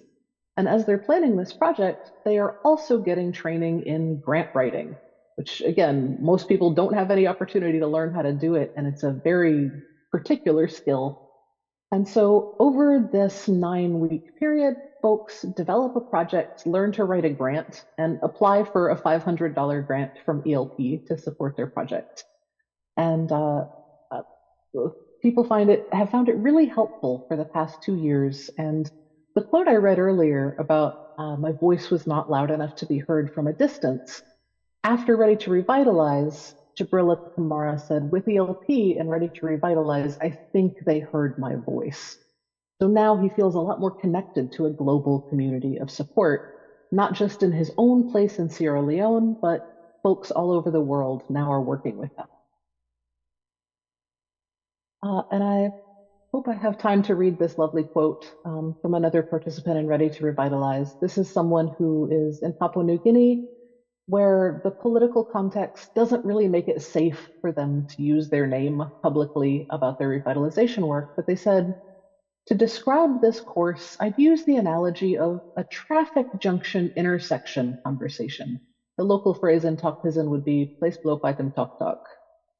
We're passing through traffic congestion, and we happen to meet in the intersection, waiting for the traffic to clear so we can pass through. While we're waiting, we engage in a dialogue on language revitalization, and this brief temporal space becomes a useful, insightful juncture in our busy schedule about our own projects. And this virtual space has been a brief interlude to reflect, learn, and impact ideas with others we're most fortunate to meet. It was a very sacred temporal virtual space of learning for me because of respect and open dialogue. I feel very privileged and honored to be part of this journey. And that's sort of the goal, is for people to feel connected, right? To feel that they've been listened to, that they've had the chance to listen to others, that they've had dialogue that gives them knowledge and strength to go on with their work that can be really, really challenging. And of course, this work, like I said, is really hard, and it's hard to know where to begin if you're not part of a course or you don't have someone sort of guiding you in the work. And sometimes it's just not enough to read an article or watch a video or even take an online class. A lot of people are looking to connect with another human being and get guidance from a person who understands where they've been in order to support their work. And again, to follow up on this quote that I read earlier, right? This person that had no academic background and it seemed like a dead end, But then I realized that I just need people who are willing to teach me about the work. This is a quote from Hercules Sengmunda from the Munda community in India, who again went on to do a graduate degree in linguistics after he did these webinars because he really got that boost he needed. And what really helps for a lot of people is to have an empathetic and knowledgeable guide who has been in situations similar to you. And so we have 5 language revitalization mentors at ELP. All of them come from Indigenous or minority language communities, and all of them have spent a long time revitalizing their own languages, as well as getting formal academic training in language revitalization. And so we offer free appointments, as many appointments as you want, to talk with any of these folks online. Anybody can just make an appointment to talk to a mentor and say, something's happening with my language, where should I start? Or maybe they're like, I'm a teacher at a language preschool and we're having this problem with snack time, right? It can be any kind of question. And the job of the mentors is to help folks find the resources they need, help point them to videos they could watch or a book that might be useful, or just talk through their problems with them and offer encouragement and advice. And so in our first year of the Mentors program, it started in 2023. In just the first year, we had 104 appointments with folks in the following countries. A really international program. It was pretty geographically balanced across Asia Pacific, the Americas, Africa, and Europe. Each of those regions was about a quarter of the mentees. And what people describe as most useful in that program, again, is human connection, right? This is lonely work sometimes. And so having somebody to talk to and to feel seen by is really meaningful. And a lot of folks say something like, wow, I don't feel so alone anymore. And also for many people, talking to someone from their own region is super helpful, right? They offer an example of like, yeah, okay, somebody from where you're from can do this kind of work. You could follow these university paths. They can give recommendations for like locally relevant resources, as well as contacts with people who might be of assistance in this work. And also, of course, resources and learning materials, right? Like, did you know there's this funding program you could apply to? Or have you checked out this awesome video that talks about exactly what you're asking about? There are some challenges in the Mentors program. There are limitations to what we can offer. A lot of folks are looking for funding. We don't have any, and it's hard to find anywhere. There's also limits to what we can do as far as like we can't write grant proposals for people or, co-author an academic article. We also can't help with a lot of material resources like, folks who need help getting internet access or recording equipment or basic survival needs even, right? We can't help folks get food or fix their roof. And, speaking frankly, language endangerment goes hand in hand with all forms of oppression and trauma and difficulty for human beings. It's very rare to have a case of language endangerment where everything is okay in the community, right? Language endangerment goes along with lots of other horrible stuff. And so mentors often need to engage with some really painful and difficult and even traumatic topics. And so we have to make really sure that people doing this work feel supported, but also the mentors feel supported and have a good mental health support system. But it's not just something that formal mentors can help with, right? You don't need to be employed in this field or have a degree or anything else to be part of this really important supportive global network of language revitalization. All of us can contribute something. We all have skills and knowledge and experiences that can help in language revitalization. And so as we move forward, I hope maybe all of you will reflect on what do you have to share from your own language, from your own community, from your own knowledge? What do you want to learn, right? Is there something you'd like to do to support or grow your language? And what would you want to learn to do that? Who would you like to connect with, right? Have you ever wondered, oh my gosh, I love the Maori language nest system. I would love to talk to somebody who is involved in that, right? There are so many things you can bring and that you can find in this global network None of us need to be doing this work alone. And we invite you very warmly to be part of this in any way that interests you and that fits your own skills and needs. And to quote another one of our participants in Ready to Revitalize, she said, knowing that this is a worldwide movement is one thing, really starting to feel like part of an international community is another. And that's very true.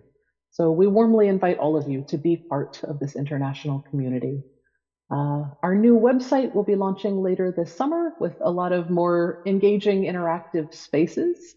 You'll see that you can, the video is showing hopefully their discussion forums, a large resource library, and a learning and help center where you can find learning resources, guidance, and mentorship for your work. And if you are interested in learning more about any of that, you can scan this QR code or just email me as well. My email is anna@endangeredlanguages.com, and I'll drop that in the chat. But until then, I really thank you all for being here today, and it was a pleasure to talk with you. Thank you, Ma'am Anna.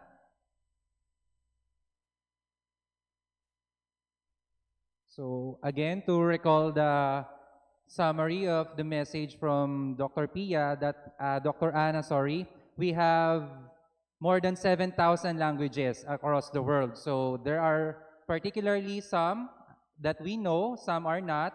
So thank you, Ma'am Anna. And for another resource speaker for this morning, may I call the Dean of School of Arts and Sciences to participatively introduce for our third resource speaker for this morning. Again, good morning, everyone. For our third resource speaker for today, Dr. Melanie Pobre Tolentino is a sociologist, educator, and researcher with over 2 decades of academic and professional experience. She is a professor at Central Luzon State University, where she has also served in various teaching and research capacities since 2010. Prior to this, she taught at the University of the Philippines, Los Baños, and Wesleyan University, Philippines. She holds a Doctor of Philosophy in Sociology from De La Salle University, earned through the support of the Central Luzon State University Faculty Development Program and the CHED K-12 Transition Program. She also completed her MA and BA in Sociology at the University of the Philippines, Los Baños. Her academic expertise is matched by her dynamic international engagement. She has been a regular facilitator and resource person in Japan's Sakura Science Exchange Program, hosted by Hokkaido University, participating in collaborative programs on global health, education, and scientific research. She also collaborated on research with Kyoto University's Graduate School of Advanced Integrated Studies in Human Survivability and participated in programs on aging and human security in Nagasaki and Sapporo. She is actively involved in national and international research projects focused on agriculture, health, gender and sustainability, many of which are funded by the Department of Science and Technology and the Department of Agriculture. She currently leads a DOST Picard-funded youth science initiative in Luzon and plays a key role in a long-term disease management collaboration between Japan and Philippines. She is a member of numerous professional organizations, including the Philippine Sociological Society, the Anthropological Association of the Philippines, the International Academic Forum, and the Sakura Science Club of Japan. Ladies and gentlemen, let's give a warm virtual applause to our distinguished resource speaker, Dr. Melanie Pobre Tolentino. Magandang umaga po sa inyong lahat. Maraming salamat po, Ma'am Angara, sa napaka-generous na introduction sa akin. Thank you so much. Thank you sa ASCOT for your invitation and congratulations to Aurora Study Center sa napakahusay ninyong pag-uumpisa ng pagsa-celebrate ng Heritage Month. So the presentation I prepared today, actually I'm very grateful because this will be a chance for CLSU Agricultural Museum to be also promoted sa ating to our international and even local audiences. Okay? So let me begin, let me share my presentation.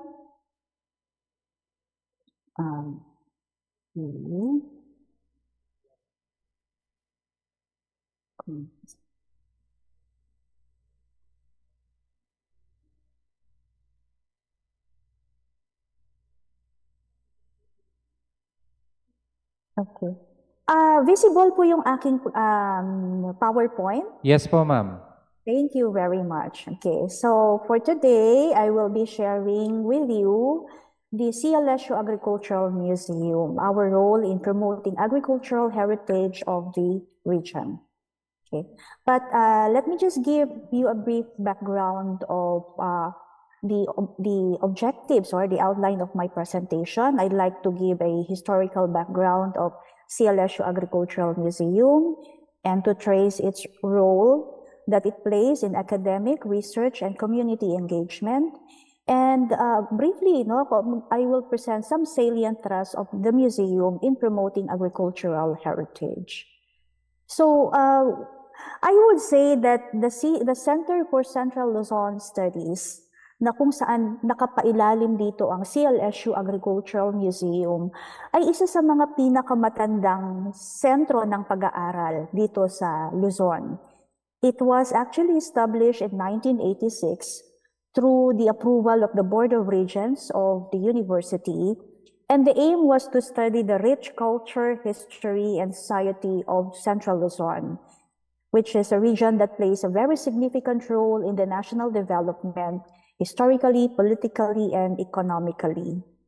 And the creation of CCLS and the Agri-Museum conforms to the CLSU Charter, which is that the university shall primarily give profession and technological training in agriculture and mechanic arts, besides providing advanced instructions and promoting research in literature, philosophy, science, and technology and arts.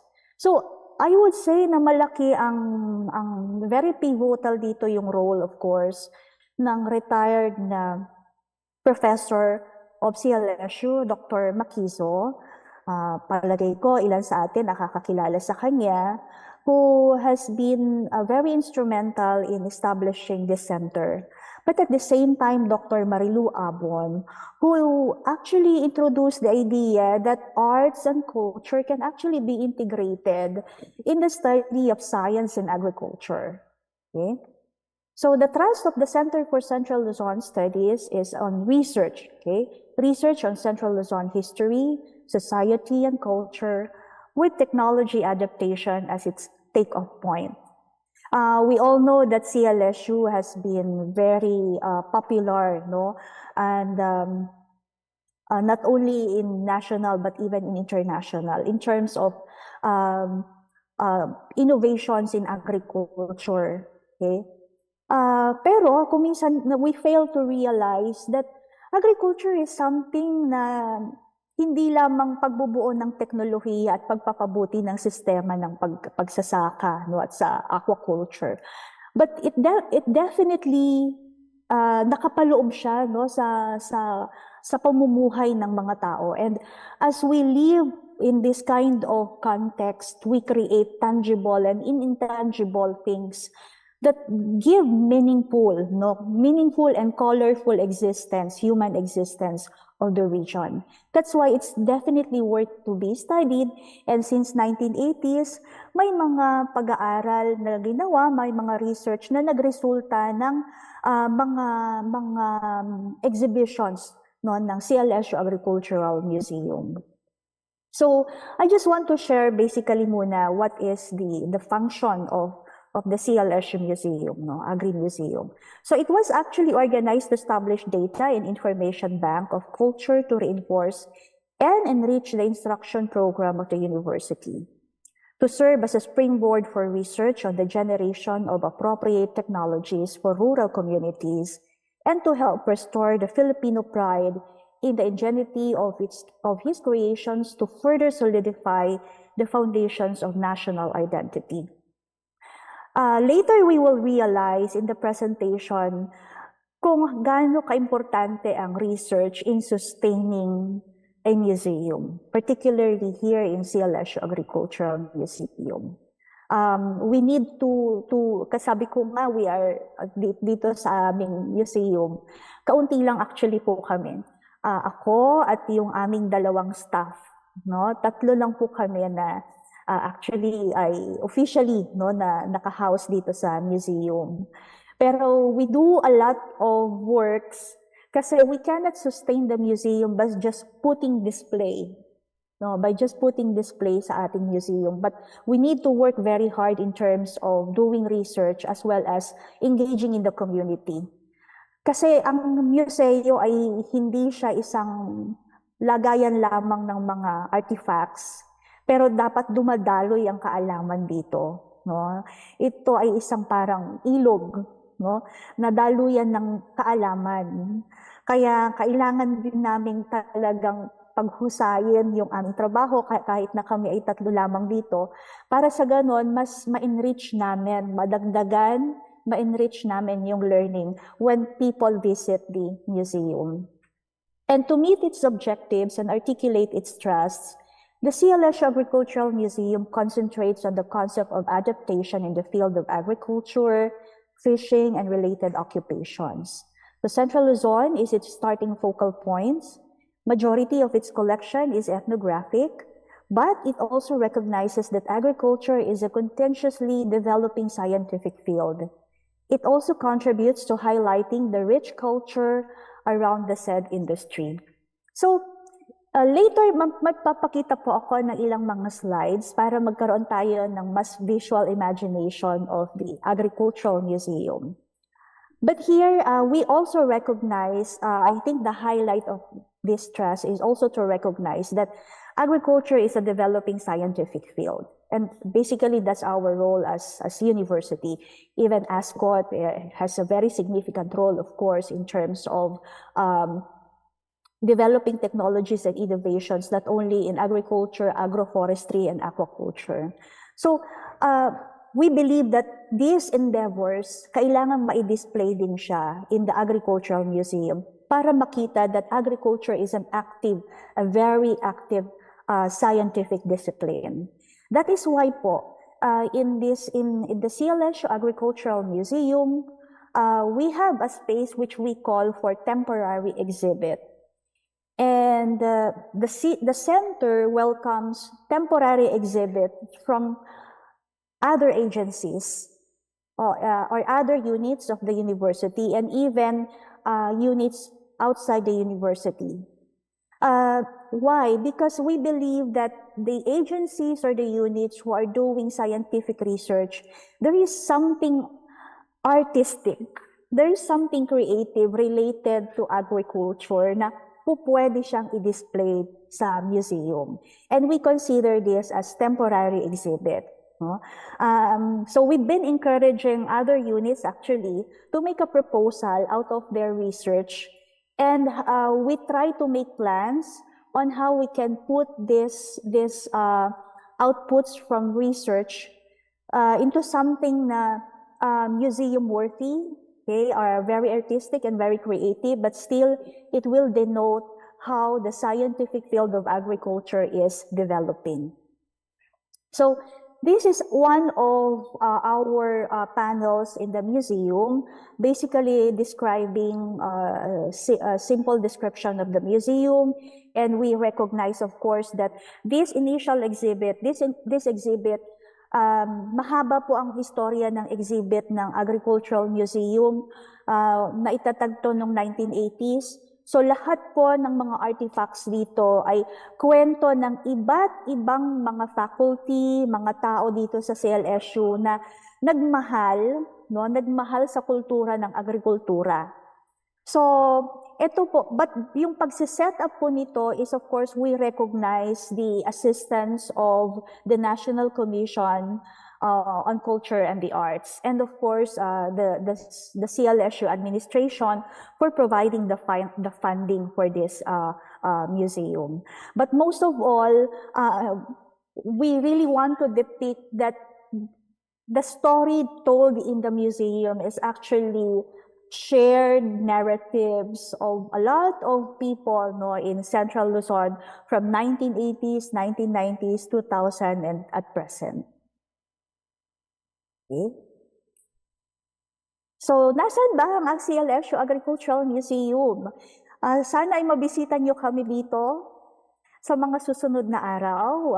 So, we are located at the Reimers Hall, Central Luzon State University in Science City of Muñoz. And we are housed in the dito po sa Reimers Hall. This is a newly renovated old building of CLSU. This is a very historical building of CLSU, and we are very, very grateful to CLSU administration for appreciating the value of history, heritage, and culture, and putting the highlight of agricultural heritage in this building. So ito po ay ni-renovate noong 2020. Pero saan ba naka-house ang mga artifacts bago dito sa Reimers Hall? Dati po matatagpuan ang CLSU Agricultural Museum sa isa sa mga sections sa University Library. Okay, so that used to be the office of CCLS, and at the same time, doon din po naka-house yung mga displays for CLSU Agricultural Museum.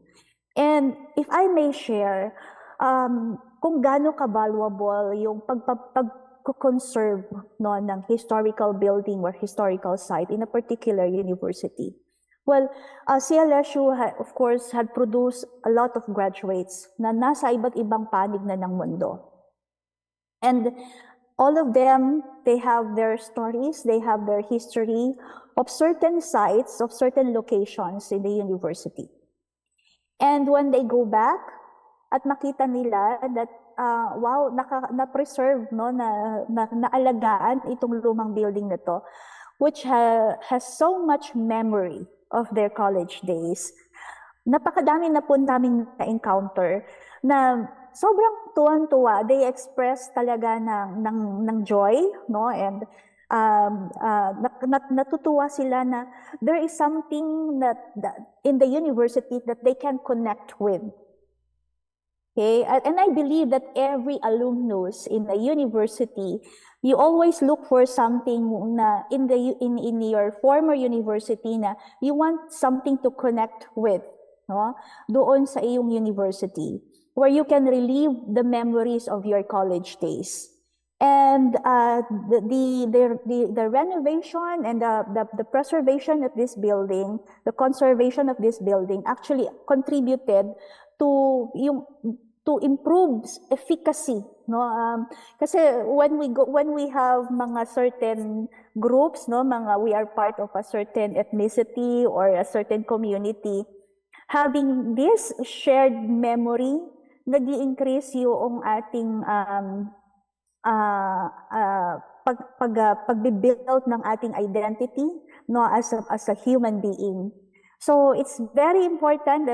That's why I'd like to highlight also this one, having one house in the university wherein people, when they go back in the university, they could relive the memories that they have during college.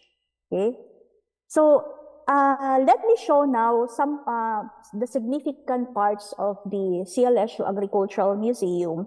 And of course, being housed in a university, and we recognize that the university had been very instrumental in terms of developing the field of agriculture in the Central Luzon region and even in the country. It is only right to have a section to recognize the history of Central Luzon, the humble beginning of Central Luzon State University. So here we have shown, we have here part of the exhibit na ipinapakita yung simula ng university bilang isang agricultural school. No? At trinace namin dito kung paano ito umunlad hanggang ito ay maging isang universidad. Of course, Dr. Reyes knows this story very well, and he's been very instrumental, of course, in setting up also this CLSU Agricultural Museum. And then, ito na po yung aming permanent exhibit. Okay? So we have actually 5 major sections in the museum. We have one for land preparation section, one for post-harvest section, and for aquaculture section, and then the rural household section, and the agricultural festival section. Okay. Binanggit ko po kanina na pagpasok sa isang museum, para kang kinwentuhan ng isang istorya na napaka-meaningful, at itong istorya na ito ay hindi fiction, kundi totoong kaganapan, totoong kaganapan ng lipunan, years ago. So that is our intention, to tell the story of agriculture in Central Luzon, in Luzon, okay, and for people to realize gaano ka-significant yung historyang ito sa development ng region ngayon, no? And also to also embed among the visitors the creativity of our ancestors. And this creativity and culture of our ancestors or of people na nauna na sa atin ay malaki ang kinalaman sa cultural identity of the region. So this is the land preparation section. Okay? Makikita natin yung mga tools na ginagamit ng ating mga lolo, mga lola natin at ng mga nauna pa sa atin na ginagamit noon sa pagbubungkal at pagpaprepara ng lupa bago ito sakahin. Actually, sabi ko nga pagka paulit-ulit ko siyang binibisita, I think that's the beauty of ethnography, kasi the idea that museum should be also a place for ethnographic study. No, I think that's the beauty of having a qualitative approach when you're studying and doing some ethnography, that each time you visit the artifacts, may mga maliliit kang memories na lumilitaw uli at nag-i-enrich nung narrative noong display, nung artifacts natin doon sa museum. So, ganon yung experience ko. Kasi meron kami kasing staff dito na talagang nag-handle ng mga visitors. Pero pagka may mga dumadating ng mga older people, mas madalas ako yung humaharap sa kanila. And ang saya-saya lagi ng discussions namin because karamihan sa kanila nakaka-relate sa mga artifacts na ito. And they remember their father, their lolo, and I'd like to impress doon sa kanilang experience that, well, the story of your lolo is significant. The story of your lolo is significant, and it is here. And your lolo is among the Novo Ecejanos, or your lolo is among the people of Luzon who contributed to the building of this sector, of this agricultural sector, kung nasaan man tayo ngayon. So that people can really connect to their history, and that history is not something in the past, but not only something from the past, but it's something in the present as well, because all these things contributed to the development of this very scientific and very highly innovating discipline of our region. No? Ayan, katulad niyang pasagad na yan, no, yung mga, yung ginagamit pagka i-clean yung soil, no, pagka po tatanggalin na yung mga damo, itong mga items na ito, hinihila kasi yan ng kalabaw. No? Tapos, natatandaan ko, no, konting kwento lang, natatandaan ko, yung tatay ko noon, pagka prepare siya ng lupa, tatamnan, pinasasakay niya ako dyan. No? Kasi daw para mas mabigat at mas ma-fresh, no? Makuha yung mga damo. Nung bata ako, pagkalinggit-linggit ko. So, pag sumasakay ako noon, sabi niya sa akin, kumain ka pa kasi ng madami para bumigat ka. No? Para pag pinasakay kita dyan, matatanggal lahat yung mga damo na yan. No? So, yung mga gano'n, no, we all have these stories and these contribute to the complexity of a culture of a particular region as we, of course, build yung mga narratives na ito. Okay?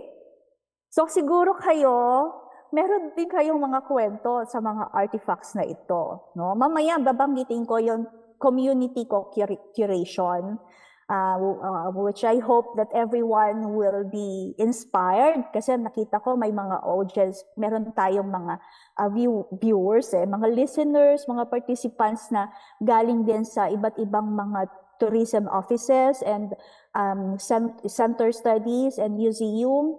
So mamaya, baka pwede tayong magkaroon ng sharing on how we can include the community in building the narratives of our museums. Okay? Next naman po ay ang post-harvest section. Okay? So ito yung mga ating mga tangible na mga ginagamit, no, pagkatapos anihin ang palay o ang mga gulay at kung paano natin ito ipinoproseso ready for the consumption ng mga households. Okay? So, hindi ko na iisa-isahin pa para kayo ay ma-curious at para kayo ay bumisita sa amin. Pero, I believe that many sa atin ay makaka-relate pa sa ilang mga items dito. Katulad nito, okay? This item, itong sa amin kasi sa Ilocano is baot, no? Parang ito kasi unang wala pa yung mga treasure, okay? Kaya bibihira yung mga treasure ng palay. Yung mga lolo-lola natin, ang ginagawa nila ay yung rice stalks, itatali nila yun, iipitin nila, tapos ipapalo nila dito sa I forgot the name of this. Dapat alam ko to, sorry ha, pero sa Ilocano is ito yung imbaot no? So, dito para sa ganon yung grains ng palay, no, yung grains ng palay ay mahulog, no, meron na sa baba naman yan ay merong mga sako, no, para sa ganon after nito ay igagather mo na lang yung grains. Okay? And also we have this yung ginagamit na panggiling ng mga rice o kaya ng malagkit. Okay? Para gawing kakanin, no? Ngayon, bihira na ito, parang wala na ako nakikitang gumagamit nito. Kasi ngayon, meron ng motorized, no? Mechanical na siya.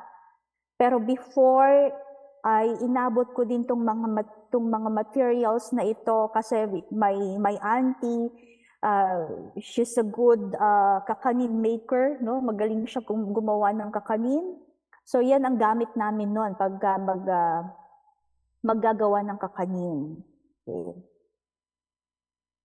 This one, ito yung parang actually yung mga bata akala nila bangka, no? Pero hindi po ito bangka, no? Yung mga batang bumibisita may bangka daw. Hindi siya bangka, no?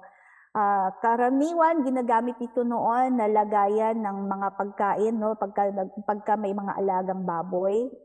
Okay? Dito dinalagay yung mga kakanin ng alagang baboy. Okay, this is the aquaculture section, okay, where the implements used for fishing ay naka-display. Okay, we have the lambat, of course, no? And I wish nakapagawa sana, I could have improved the slide by putting some arrows, no, para mas ma-identify natin. Pero I have some stories here. Inabot ko pa ito that my father used to go sa mga ilog. Tapos pag-uwi niya, meron itong buslo, no? May lamang iba't ibang mga isda. Okay? Magkakahalo na yan. Shrimp, fish, okay? And the fish, iba't ibang mga fish, okay? And that's why yung in our cuisine, I believe that the way we gather, no, you get fish from the river, somehow influence then the way we cook, no, here in Nueva Ecija, because I remember when we have a dish na fish, it used to be mixture of different kinds of fish, no? Hindi tulad ngayon that when you cook fish, it's like, oh, this you have a dish for bangus, you have a dish for tilapia, you have a dish for pampano, you have a dish for tuna, okay? Pero noon, kasi yung mga tatay, pag magpunta sila sa river, okay, and yung lambat na yan, ilalagay nila doon sa river, syempre, no? Yung mag-gather niyang fish, halo-halo na yan. May mga maliliit na hipon, may iba't ibang klaseng mga fish, tapos meron pang maidudugtong na mga little crabs, okay? So, yon, pagka niluto ni nanay, madalas magkakahalo na yon, no? Kaya sanay ako na nung bata ako kumakain talaga in one dish, iba-iba talaga yung mga isda, no? Different kinds of fish, no, in one dish. Okay? So, even now, I believe there are still areas here in Nueva Ecija who do that kind of fishing. I was already working with an NGO somewhere in Pangasinan. And I remember that when we go to the field, for security reasons, no, we are joined by some elderly group, no, in the community. And we stay in the field for about 3 days or 5 days. And we do not bring much mga delata or noodles, no? Hindi pa uso yun no? When I was in my early 20s, that you bring a lot of grocery when you go to camping or field work, no? But we gather food along the way, no? That's what we do. I mean, that's what the elderly do, no? Who accompany us in the field work, no? At that time. So, sa kanila noon, nangunguriente sila sa ilog. No, yun yung ginagawa naman nila. And then they still have this buslo. And then we stop by the river, okay, nearby the river, and then there we cook the food. No, so we stop, for example, lunchtime na, and then along the way nagkukuryente yung mga elderly. So pagka lunchtime na, we cook near the river. Kung ano yung mga vegetable na malapit doon sa area, paghaluin lang namin, and that's what we eat, no? And that was, I believe, no, early 2000. So I am not sure if these kinds of practices still exist, and I believe that is worth to be studied.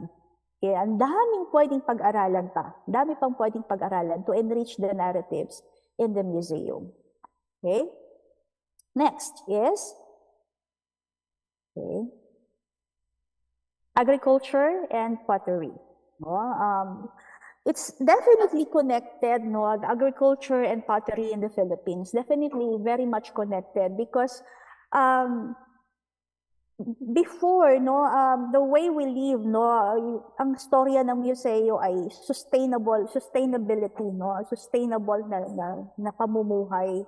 What we plant, what we gather from the rivers, no, diretso yon sa ating mga hapagkainan.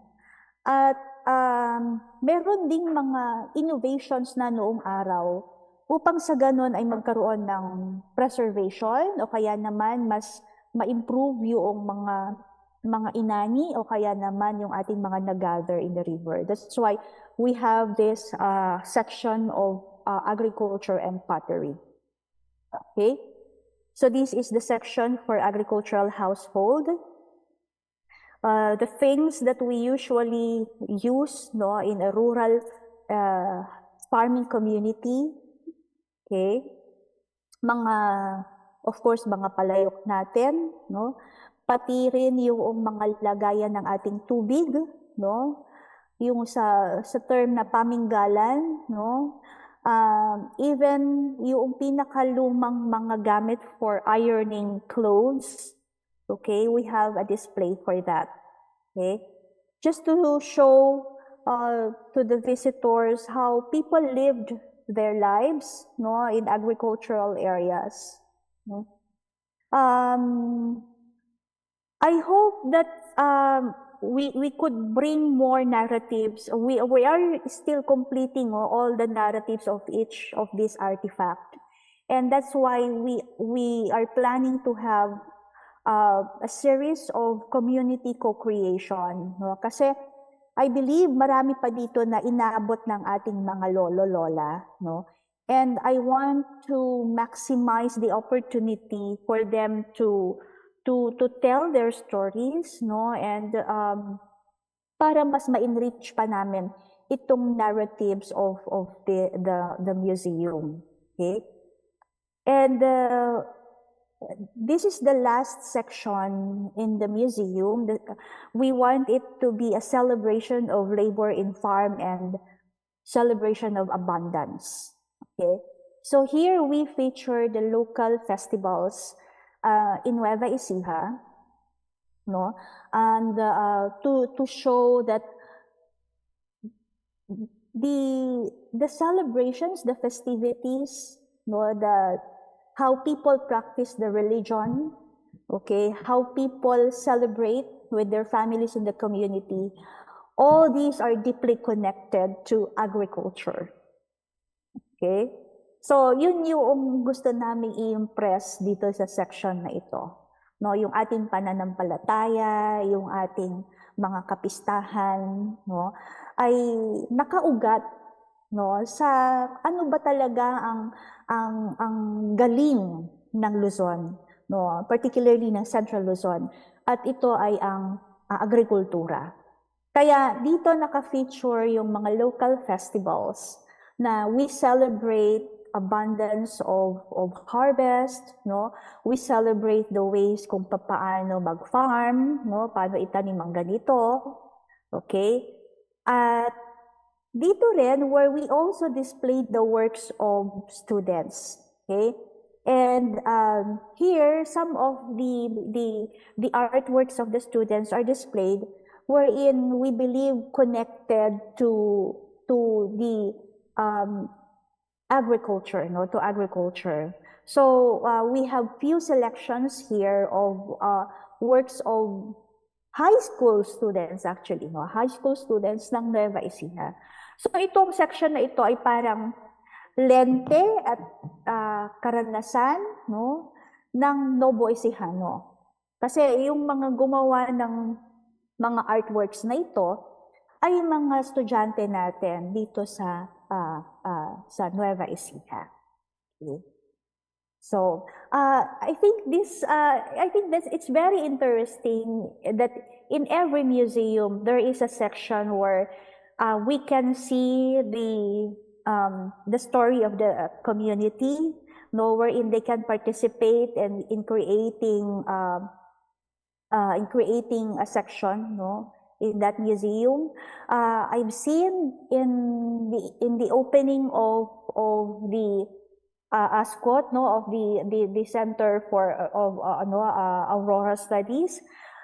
Nakita ko yung video na kung saan parang merong inimbitahan na mga gumagawa ng basket. Tuwan-tuwa ako dun sa video kasi engaging the community in telling the people that this is our heritage, this is part of our heritage. No? So napakaganda pong practice noon, no, yung pag-engage ng people in the community in creating the museum. And besides the museum, nabanggit ko po kanina that hindi mabubuhay ang museo kung walang academic research and community engagement. Kasi ito yung bloodline, no, ng museum. Hindi maaari na makapag-set up ng isang museo nang walang pag-aaral. But since we are part of a university, we want to make the study holistic in a way that we want to engage academic research and as well as extension or community engagement. So what we try to do in the center is to be involved in these areas. Okay? So now I'd like to present some of the academic research and community engagement na nagiging flow ng buhay, no, ng CCLS at ng CLSU Agricultural Museum. Okay? So what is the museum's role in the academe? Well, basically, in this picture, you would see these are some students from Rizal. Sila po ay mga bumisita sa aming museo. At actually, marami pa po. No, natutuwa kami kasi isa ang CLSU Agricultural Museum sa mga most visited, no, na mga units dito sa universidad. And we receive many visitors, student visitors, and even from other sectors. Okay, so students are the most constant visitors of the museum, and we serve as part of their learning experience. Okay, so natutuwa kami pagka there are many students who gather here and then tinitingnan nila yung mga artifacts and they learn from it. Some students visit here when they have a homework, when they have assignments, and then they go here and then binuview nila yung mga artifacts, and then we try to explain it to them and we help them in doing their homework. Okay, it's a good source of knowledge.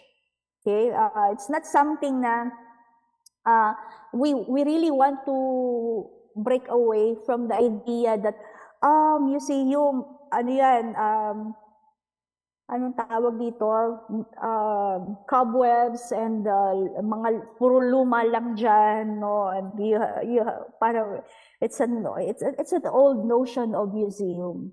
We want the CLSU Agricultural Museum to be very interactive, no, as always a source of knowledge for the visitors. And it is a good training ground also for students from various fields because we receive interns, no, from different programs. Okay, so for the interns, they learn the many aspects of the center. We try to engage them in research. We try to engage them in museum management.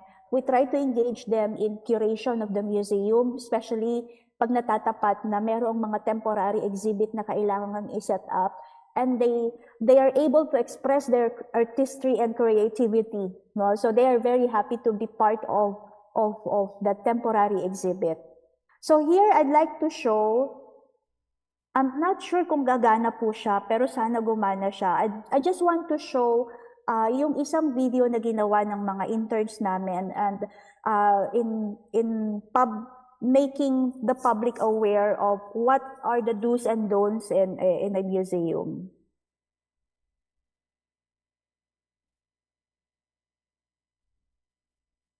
Oh, parang ayaw niya, ha? Teka muna.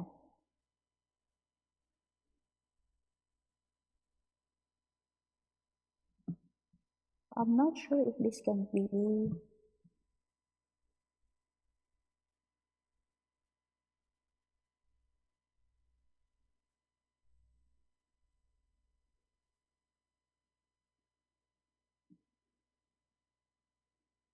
Maybe it will take a while. So siguro pupunta muna ako sa ibang parts ng aking lecture.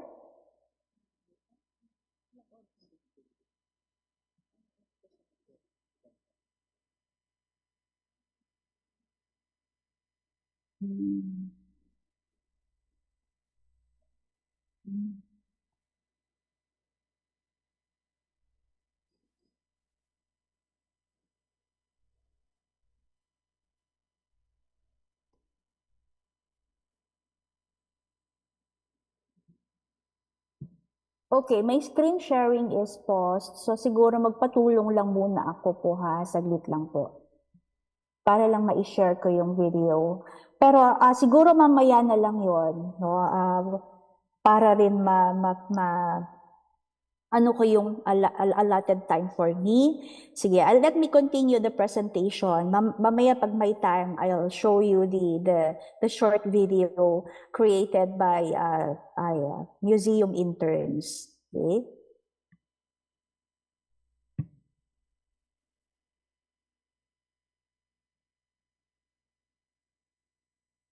Okay, so visible na po ulit yung aking slide.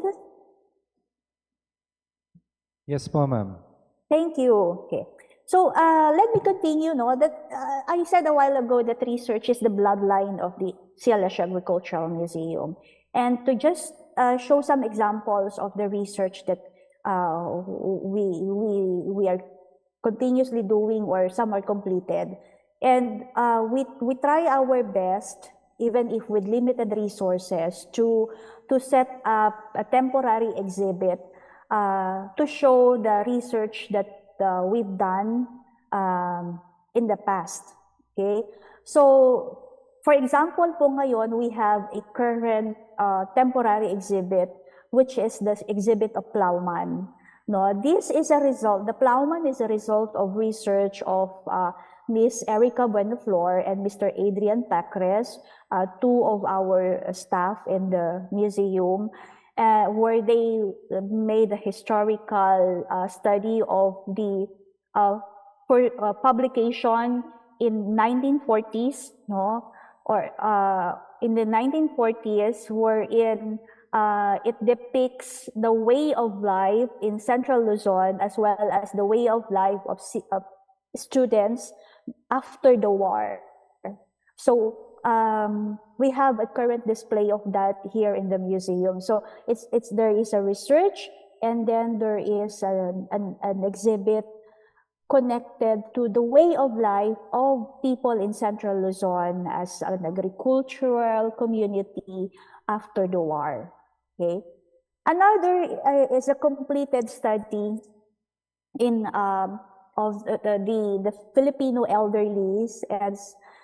So this one, the Elderly Filipino Week exhibit is actually a product of a collaborative research between the center, no, the CCLS, and of Kyoto University, wherein we completed some studies on how we can encourage healthy aging among Filipinos here in Nueva Ecija.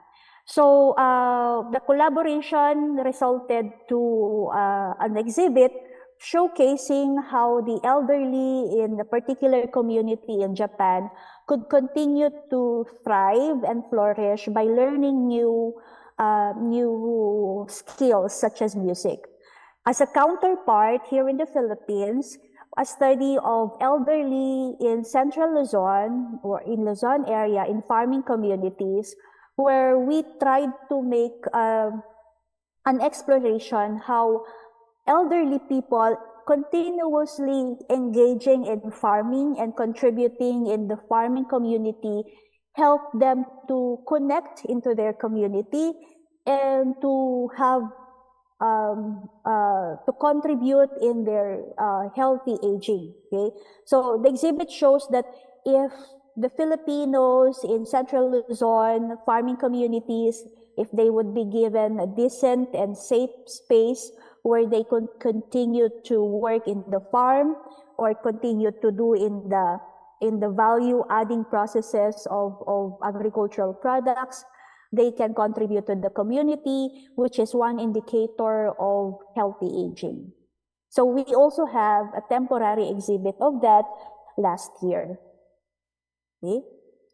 Another result of a study is about the agricultural ownership in Nueva Ecija. So this time it's about gender inequalities, and this is a study of also of our staff here in the CCLS, of Ms. Buenaflor and Mr. Pacres and Mr. Anferni Pascual. Okay, so here they receive an award for the research that they were able to complete, and it's one of na naka-line up po siya ngayon for exhibit at the center. Okay.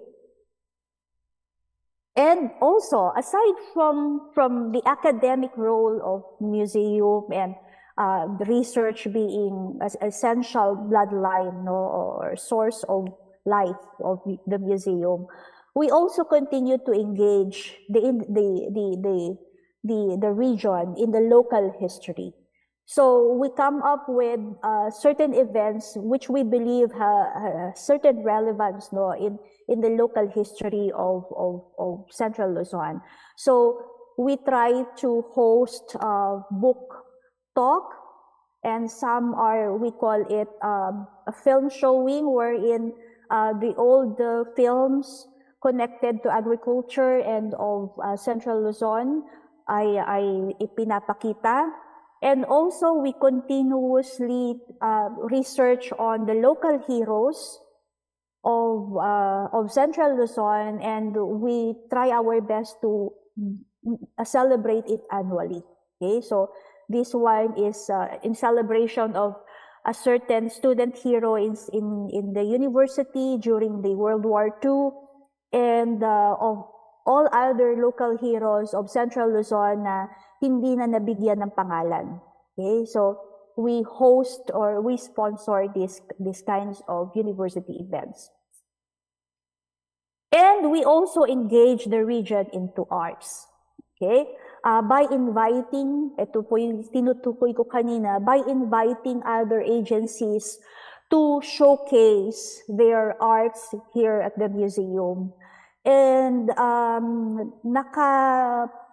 nakatatlo or nakaapat na po kami na ilang mga ahensya that we invite through partnership to show their exhibition here at the museum. So that, kasi pag nasa probinsya ka, di po ba, I don't know kung makaka-relate ang ating mga estudyante na nakikinig dyan sa ASCOT. Pag ako minsan sasabihin nila, parang culture, pagka sinabing culture, no, parang pagka nasa probinsya ka, parang wala kang grasp kasi parang ang perspective parang ang elite, no? Pero that's a sobrang traditional na pananaw sa kultura. Alam nating lahat 'yon. Bagaman, we also recognize na mahirap tayong makaroon ng access to this kind of, cultural exhibitions, visual exhibits. So we try to be an instrument so that the certain arts from Manila or other areas ay maidala rin dito sa probinsya for the appreciation of our students and of the community. Okay?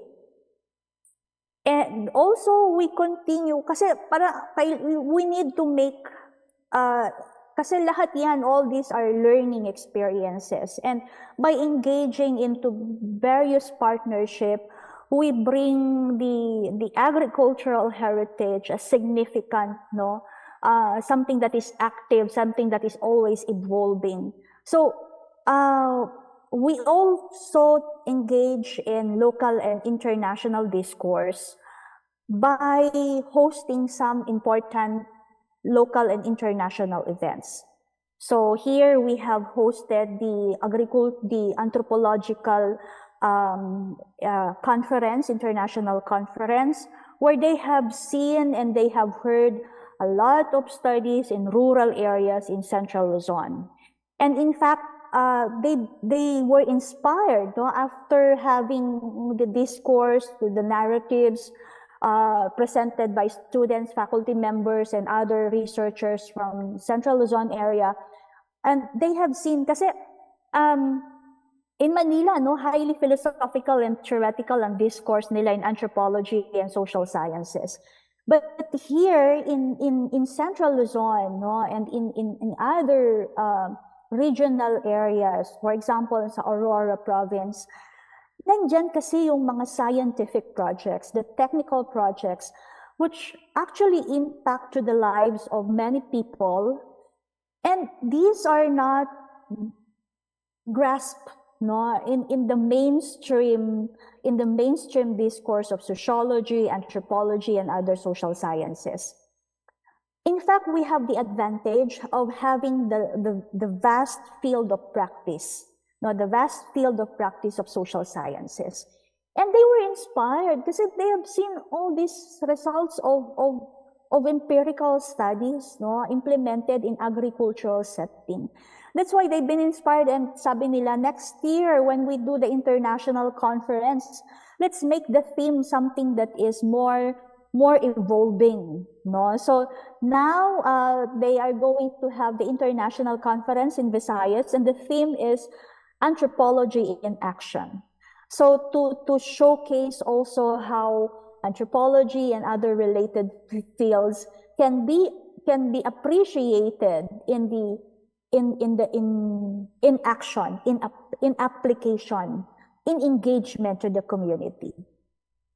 Another engagement in the local discourse is having a local radio program, which we call the Past Forward, where history, culture, and heritage come to life. So, maigsing ano lang naman po ito, programa sa radyo na kung saan ay we encourage sharing of stories of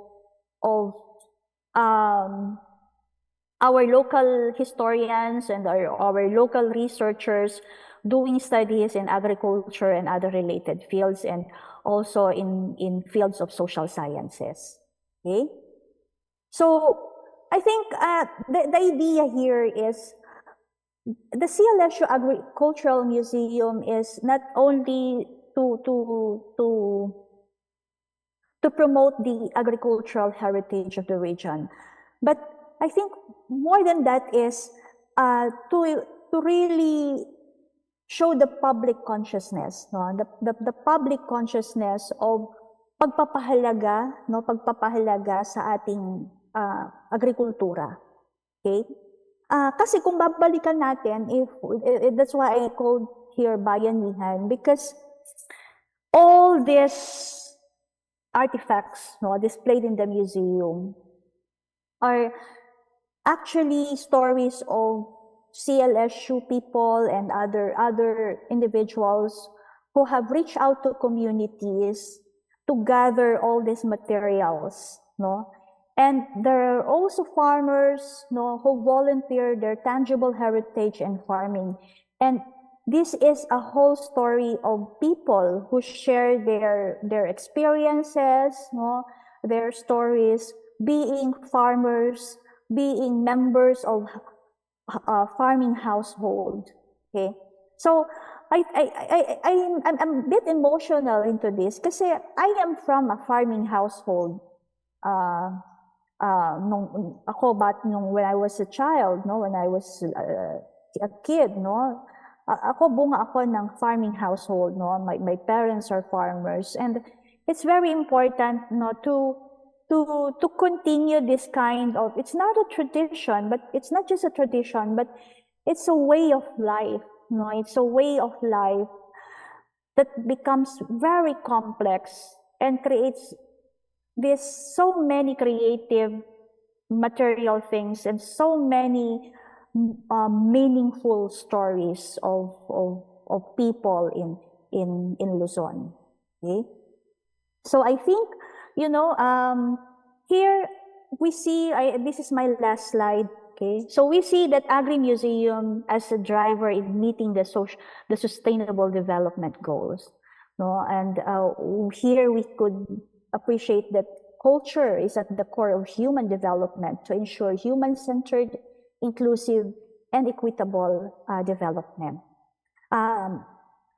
We try to make scientific innovations more impactful, no, sa community by going back to the traditions and witnessing how agriculture had evolved through time and also shaped the way of life of communities in Luzon.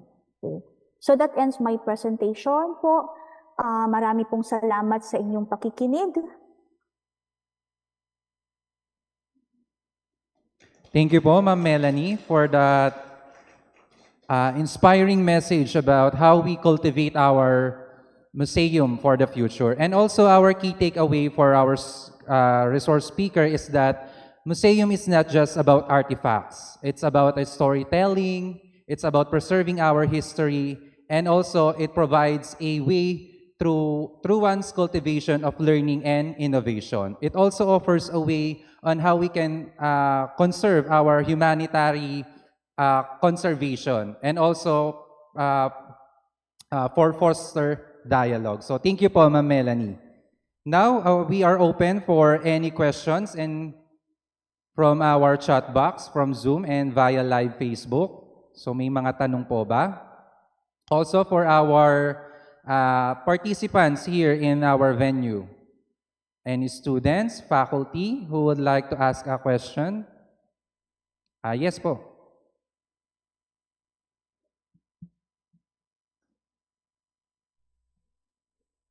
We have here in our venue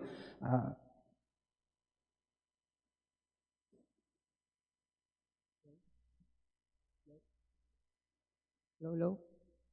Yeah.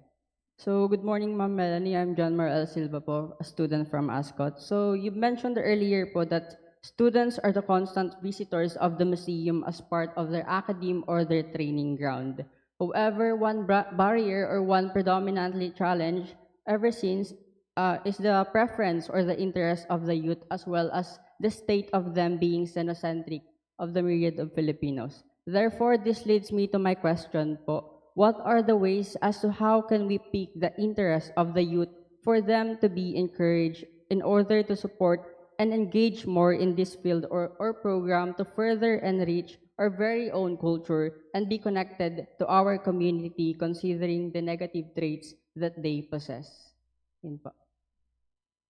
Thank you. Anong pangalan ng ating estudyante? John Mar L. Silva po.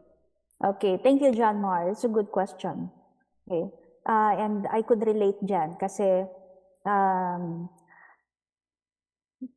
totoo yan na mahirap ng sa amin ngayon sa Agricultural Museum, ang isang observation kasi talaga is mahirap i-encourage ang youth ngayon in agriculture, no, and other sectors.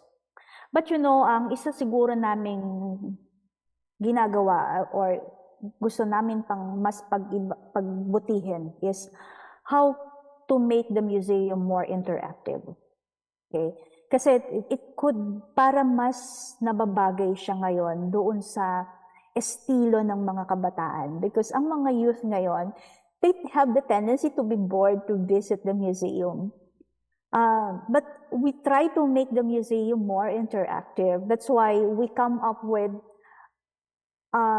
related activities, not directly related to agricultural artifacts, but something activities that they could visit here para ma-encourage silang pumunta sila sa museum. Mas kasabay na nun, they could learn from the agricultural museum. So meron kaming activities na parang sa Tagalog, pangganyak, pang-entice, ng kanilang interest. And then we follow through with some learning in the museum. So a good example of this is we conduct activities of, for example, painting activities, no, wherein they could engage into learning how to paint. Okay, so we conduct it here in the museum. We contextualize the activity for agricultural context, but at the same time, they have the chance to tour around the museum and learn about it. Okay, but from students sa labas, maraming pumupunta siguro kasi yung mga schools nila ay part of history as well as of their agricultural subject, their agriculture-related subject or art subject. There are so many students who visit here. But for CLSU students, for them to be encouraged to come here, we come up with some interactive activities so that they will be engaged here and then at the same time learn from the Agricultural Museum. So, nag-iisip pa kami ng iba pa na mga projects, no? So that we could popularize, no? Pati TikTok nga pinasok na namin no? Kasi yung mga estudyante, they spend a lot of time doing TikTok, no? And in fact, I receive a lot of requests from students, CLSU and other schools to do their TikTok here. So pinapayagan ko, bakit? Kasi that's part of promoting also the Agricultural Museum. No, basta tinatanong ko lang, what's the content? Kasi we have to see to it that the content is still scholarly, fun, and scholarly. So I hope I answered your question.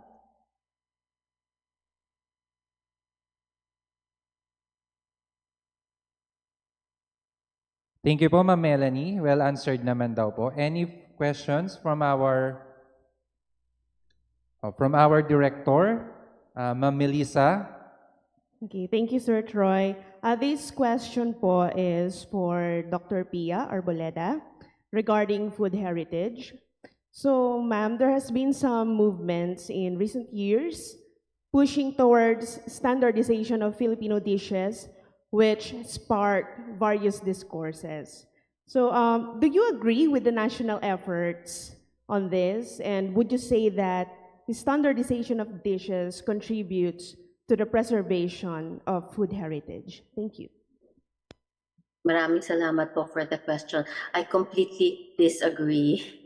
I don't like, for example, how can you standardize adobo? Each region of the Philippines has its own version of adobo.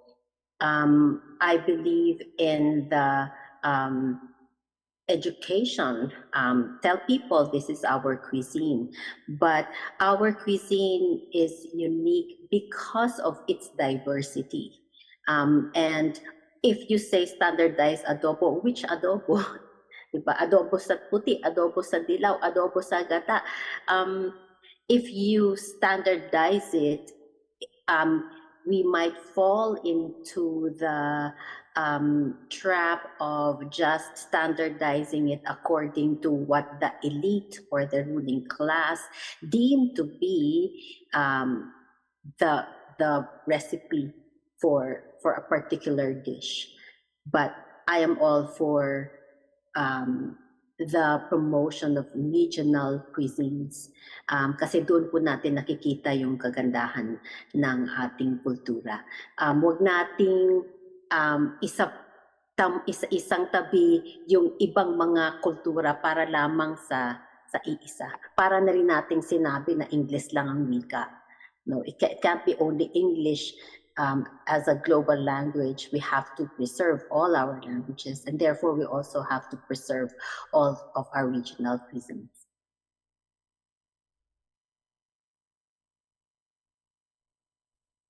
Thank you po, Ma'am Pia.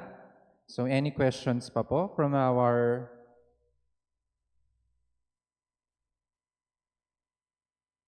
We have another student. Yes.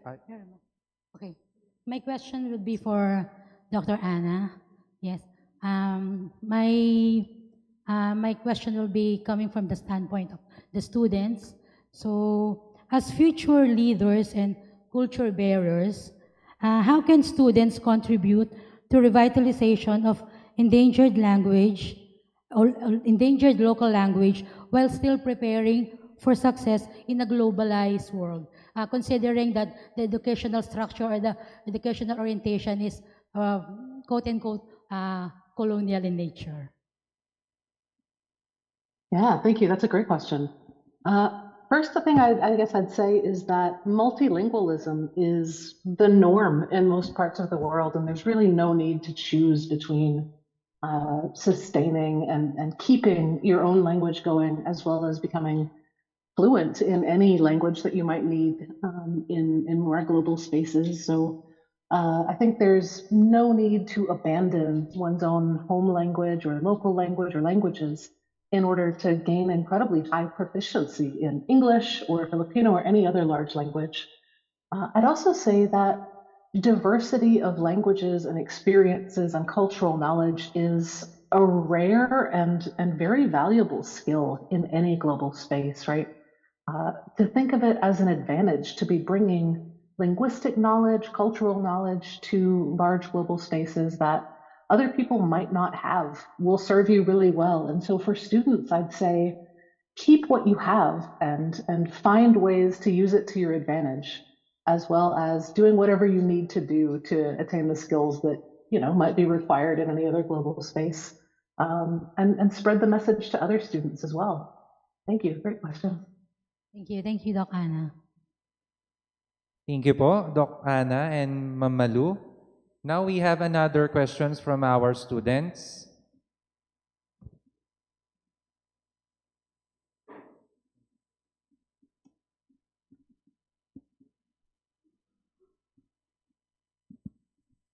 This is for Doc Ana, actually. This one is with connection with the question of Mamalu regarding as we are becoming a globalized world, a globalized society. Does language contact has a huge effect with language revitalization? Is it more positive or more negative? That would be. Oh, that's a really interesting and complicated question. I think it's both, right? I think language contact has nothing inherently bad about it. All languages change and grow and develop new concepts and words and structures through contact. But the problem arises when that contact has unequal power dynamics embedded in it, right? And that's really what language endangerment is language contact where one language is trying to exert dominance over another language community. And so I think different communities approach language contact within revitalization in different ways. Some communities feel really strongly that no, there should be no English loan words in our language. We have to speak the pure language. Some communities are like, hey, everything changes. It is fine if we gain new words through language contact. And I think that's really a choice that each community has to make internally. There's no right or wrong way to approach it. I think the key is really just to look at everything through the lens of what is going to give us the power to make these decisions for ourselves going forward. I think that's one of the key points of language revitalization is building that community power to make your own good choices that meet your own needs. And so language contact can be part of that. It can be excluded from that. It's really up to each individual community. Thank you. That's a really great question. Thank you, Ma'am Eliza. Thank you po, Ma'am Ana. Okay, we have another questions from our faculty. Good morning po. This question is for Ma'am Melanie. Kay Ma'am Melanie po. My name is Jimboy Peralta po. I'm from Aurora Study Center. Also a faculty from Aurora State College of Technology. My question po is, how long does curatorship and the actual completion of an agricultural museum usually take? Are there any licenses or permits required to establish a museum po? Okay. Maraming salamat sa question mo, Jimbo, no? Okay.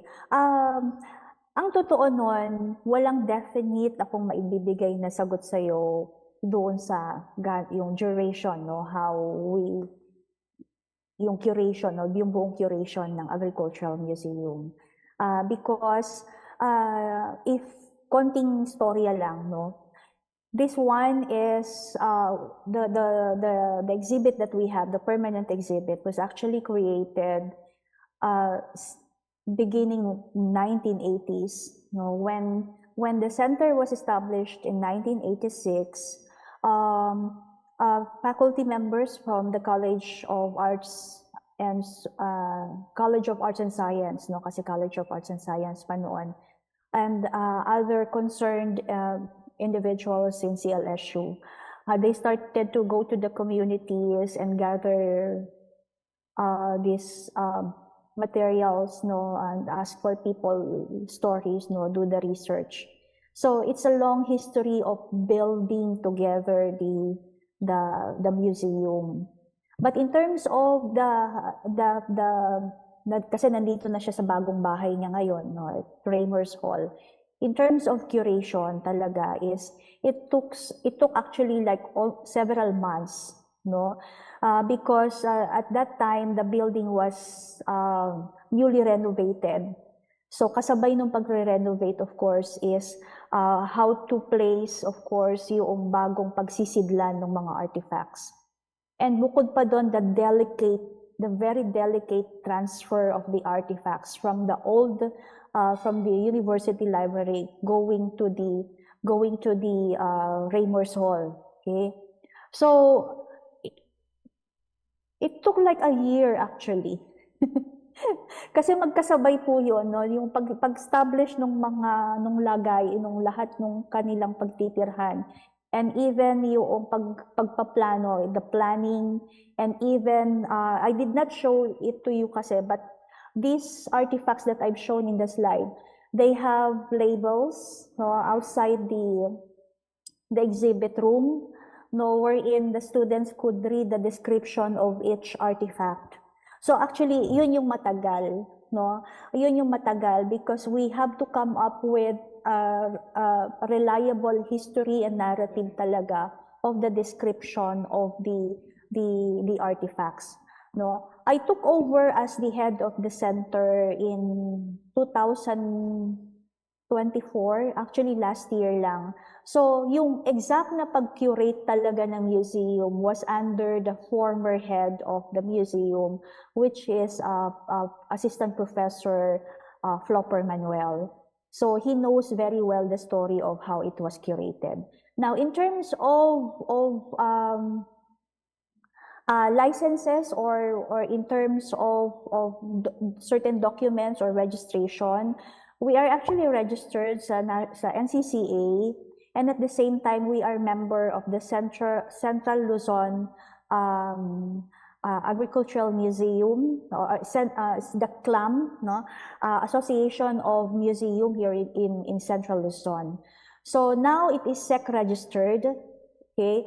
So we are formalizing again the membership kasi we need to do again the formal way to become a member of it. But we've been a member of CLAM ever since. But newly registered lang din kasi ang CLAM sa SEC. Ang alam ko parang last year lang or early this year. Kaya we have to also do some of the documentations, no? So yearly also we try to renew our registration to the NCCA, and at the same time the center is member of the Philippine Social Science Council.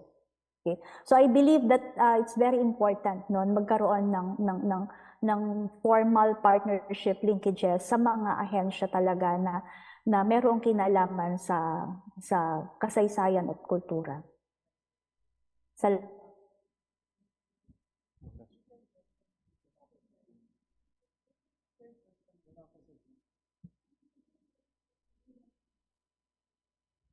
Sir Joshua, do you have a question, sir?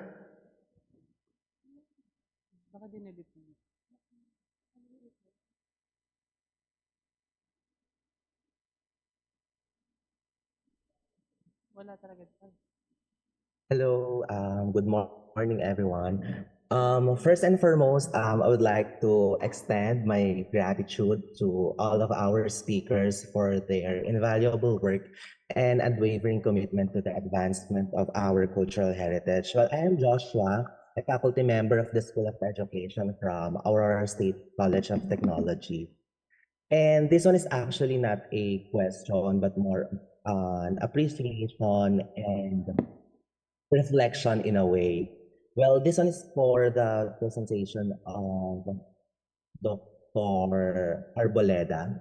Well, first and foremost, thank you for sharing the rich and the flavorful culinary traditions of the Ilonggo people. Your discussion not only foregrounds the gastronomic identity of Iloilo, well, rightly recognized as the city of gastronomy, but also pays homage to your familiar roots in the Arboleda lineage, which continue to shape and enrich your advocacy, I believe, in food heritage specifically. It also noteworthy how your work appears to employ autoethnographic methodology, um, sharing your personal and familiar narratives into a broader cultural discourse. And I believe also that it is timely and necessary for us in the academe to embrace diverse and alternative modes of knowledge production beyond the bounds of conventional or mainstream methodologies. I was actually particularly struck by your emphasis on the practice of manuglibod. Well, you mentioned earlier that it's a dying tradition, like vanishing tradition or practice. Well, this resonates deeply with the core concern of our today's theme, which is reviving heritage. That's why I asked myself earlier, in what ways can we collectively contribute to the revival of such disappearing practices as integral components of our cultural heritage?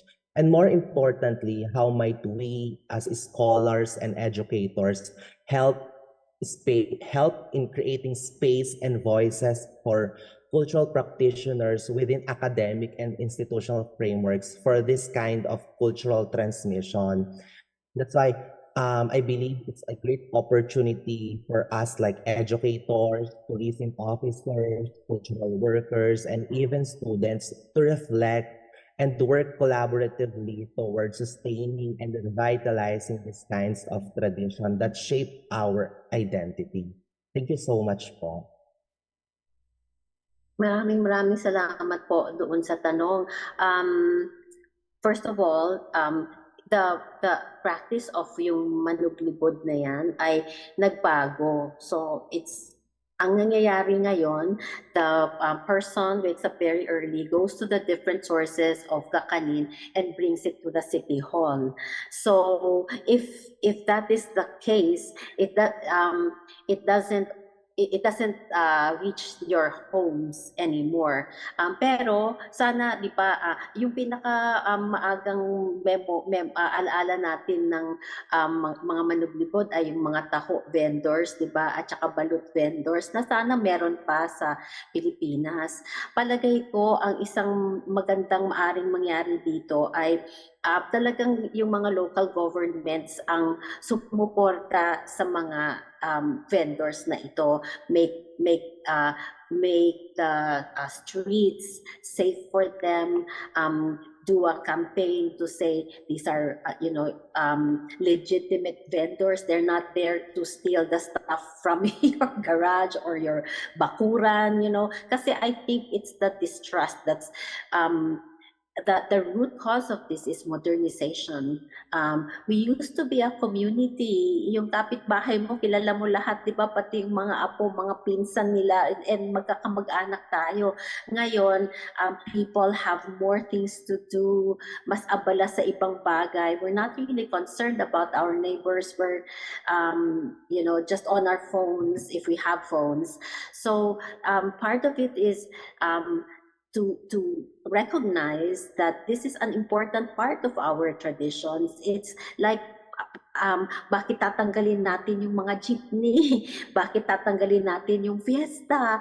Bakit iibahin natin yung mga, gusto nyo ba bumili lang ng kanin sa supermarket? Minsan hindi na siya fresh. So, we have to recognize the difference between what is really ours and traditionally acceptable and what is commercialized, and how modernity is destroying our cultures. There's also another question about they revoked the culinary capital status of Pampanga. There is it's important for us to recognize these culinary capitals, pero parang mag-aaway-away na pa. Siyempre, hindi naman papayag yung mga taga Cebu na hindi sila ang culinary capital ng Philippines. I think what the word capital is the thing that's problematic there, because if you have a capital, then yung iba ay nasa laylayan, yung marginalize others. But what we can do is promote regional diversity. What makes Cebuano cuisine unique, what makes Kapampangan cuisine unique, without calling it capital. And it starts with appreciation from the local community before we think of international communities. So I want to make myself clear that really the uniqueness of regional cuisines is what we should focus on while we are looking at, of course, national identity. Pero mahalaga po kasi nag-uumpisa ito sa ating komunidad at sa ating kapaligiran. So maraming salamat po sa mga tanong. Thank you po, Ma'am Pia. And thank you, Sir Joshua.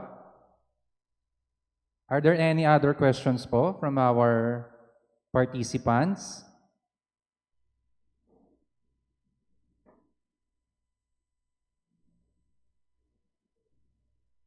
From our live, from our Zoom, wala na po.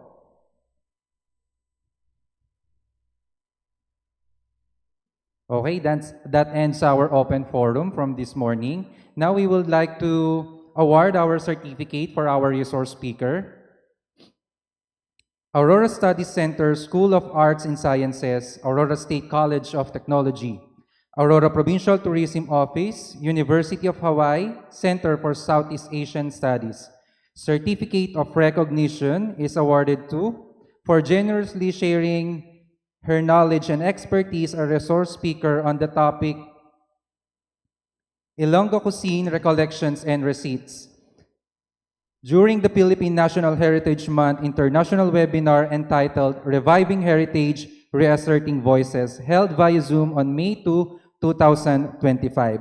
Given the second day of May 2025, during the virtual event co-hosted by Aurora Studies Center and the School of Arts and Sciences of the Aurora State College of Technology, together with the Aurora Provincial Tourism Office, in collaboration with the Center for Southeast Asian Studies, University of Hawaii at Manoa. Signed, Renato G. Reyes, ASCOT SUC President 2. Signed, Pia C. Arboleda, Interim Director, UH Center for Southeast Asian Studies. And signed, Ana Risa S. Mendoza, Aurora Provincial Tourism Officers. May we call our Director and Dean of School of Arts and Sciences to award the certificate.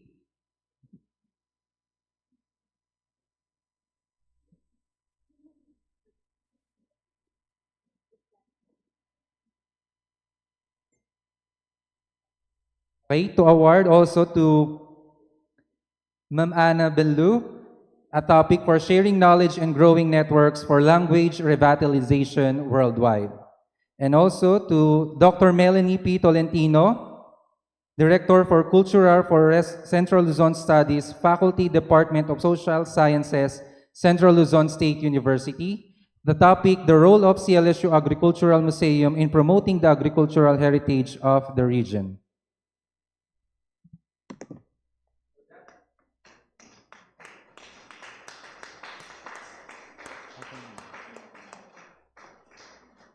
So that's the certificate for our 3 resource speaker. So we will be back at 1:30 for our afternoon session.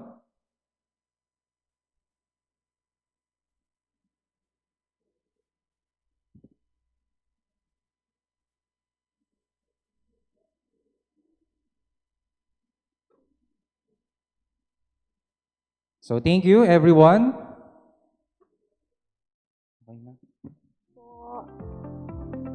Maraming salamat po.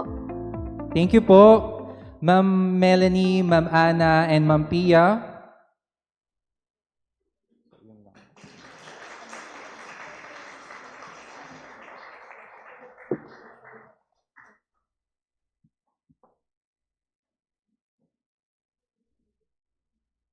So we'll resume for 1:30.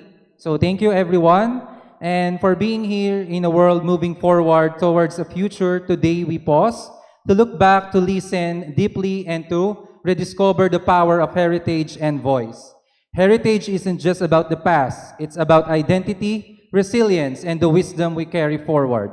This webinar is our collective effort to revive what matters and reassert voices that must be heard. So again po, we'll resume at 1:30 p.m. in the afternoon. Thank you po.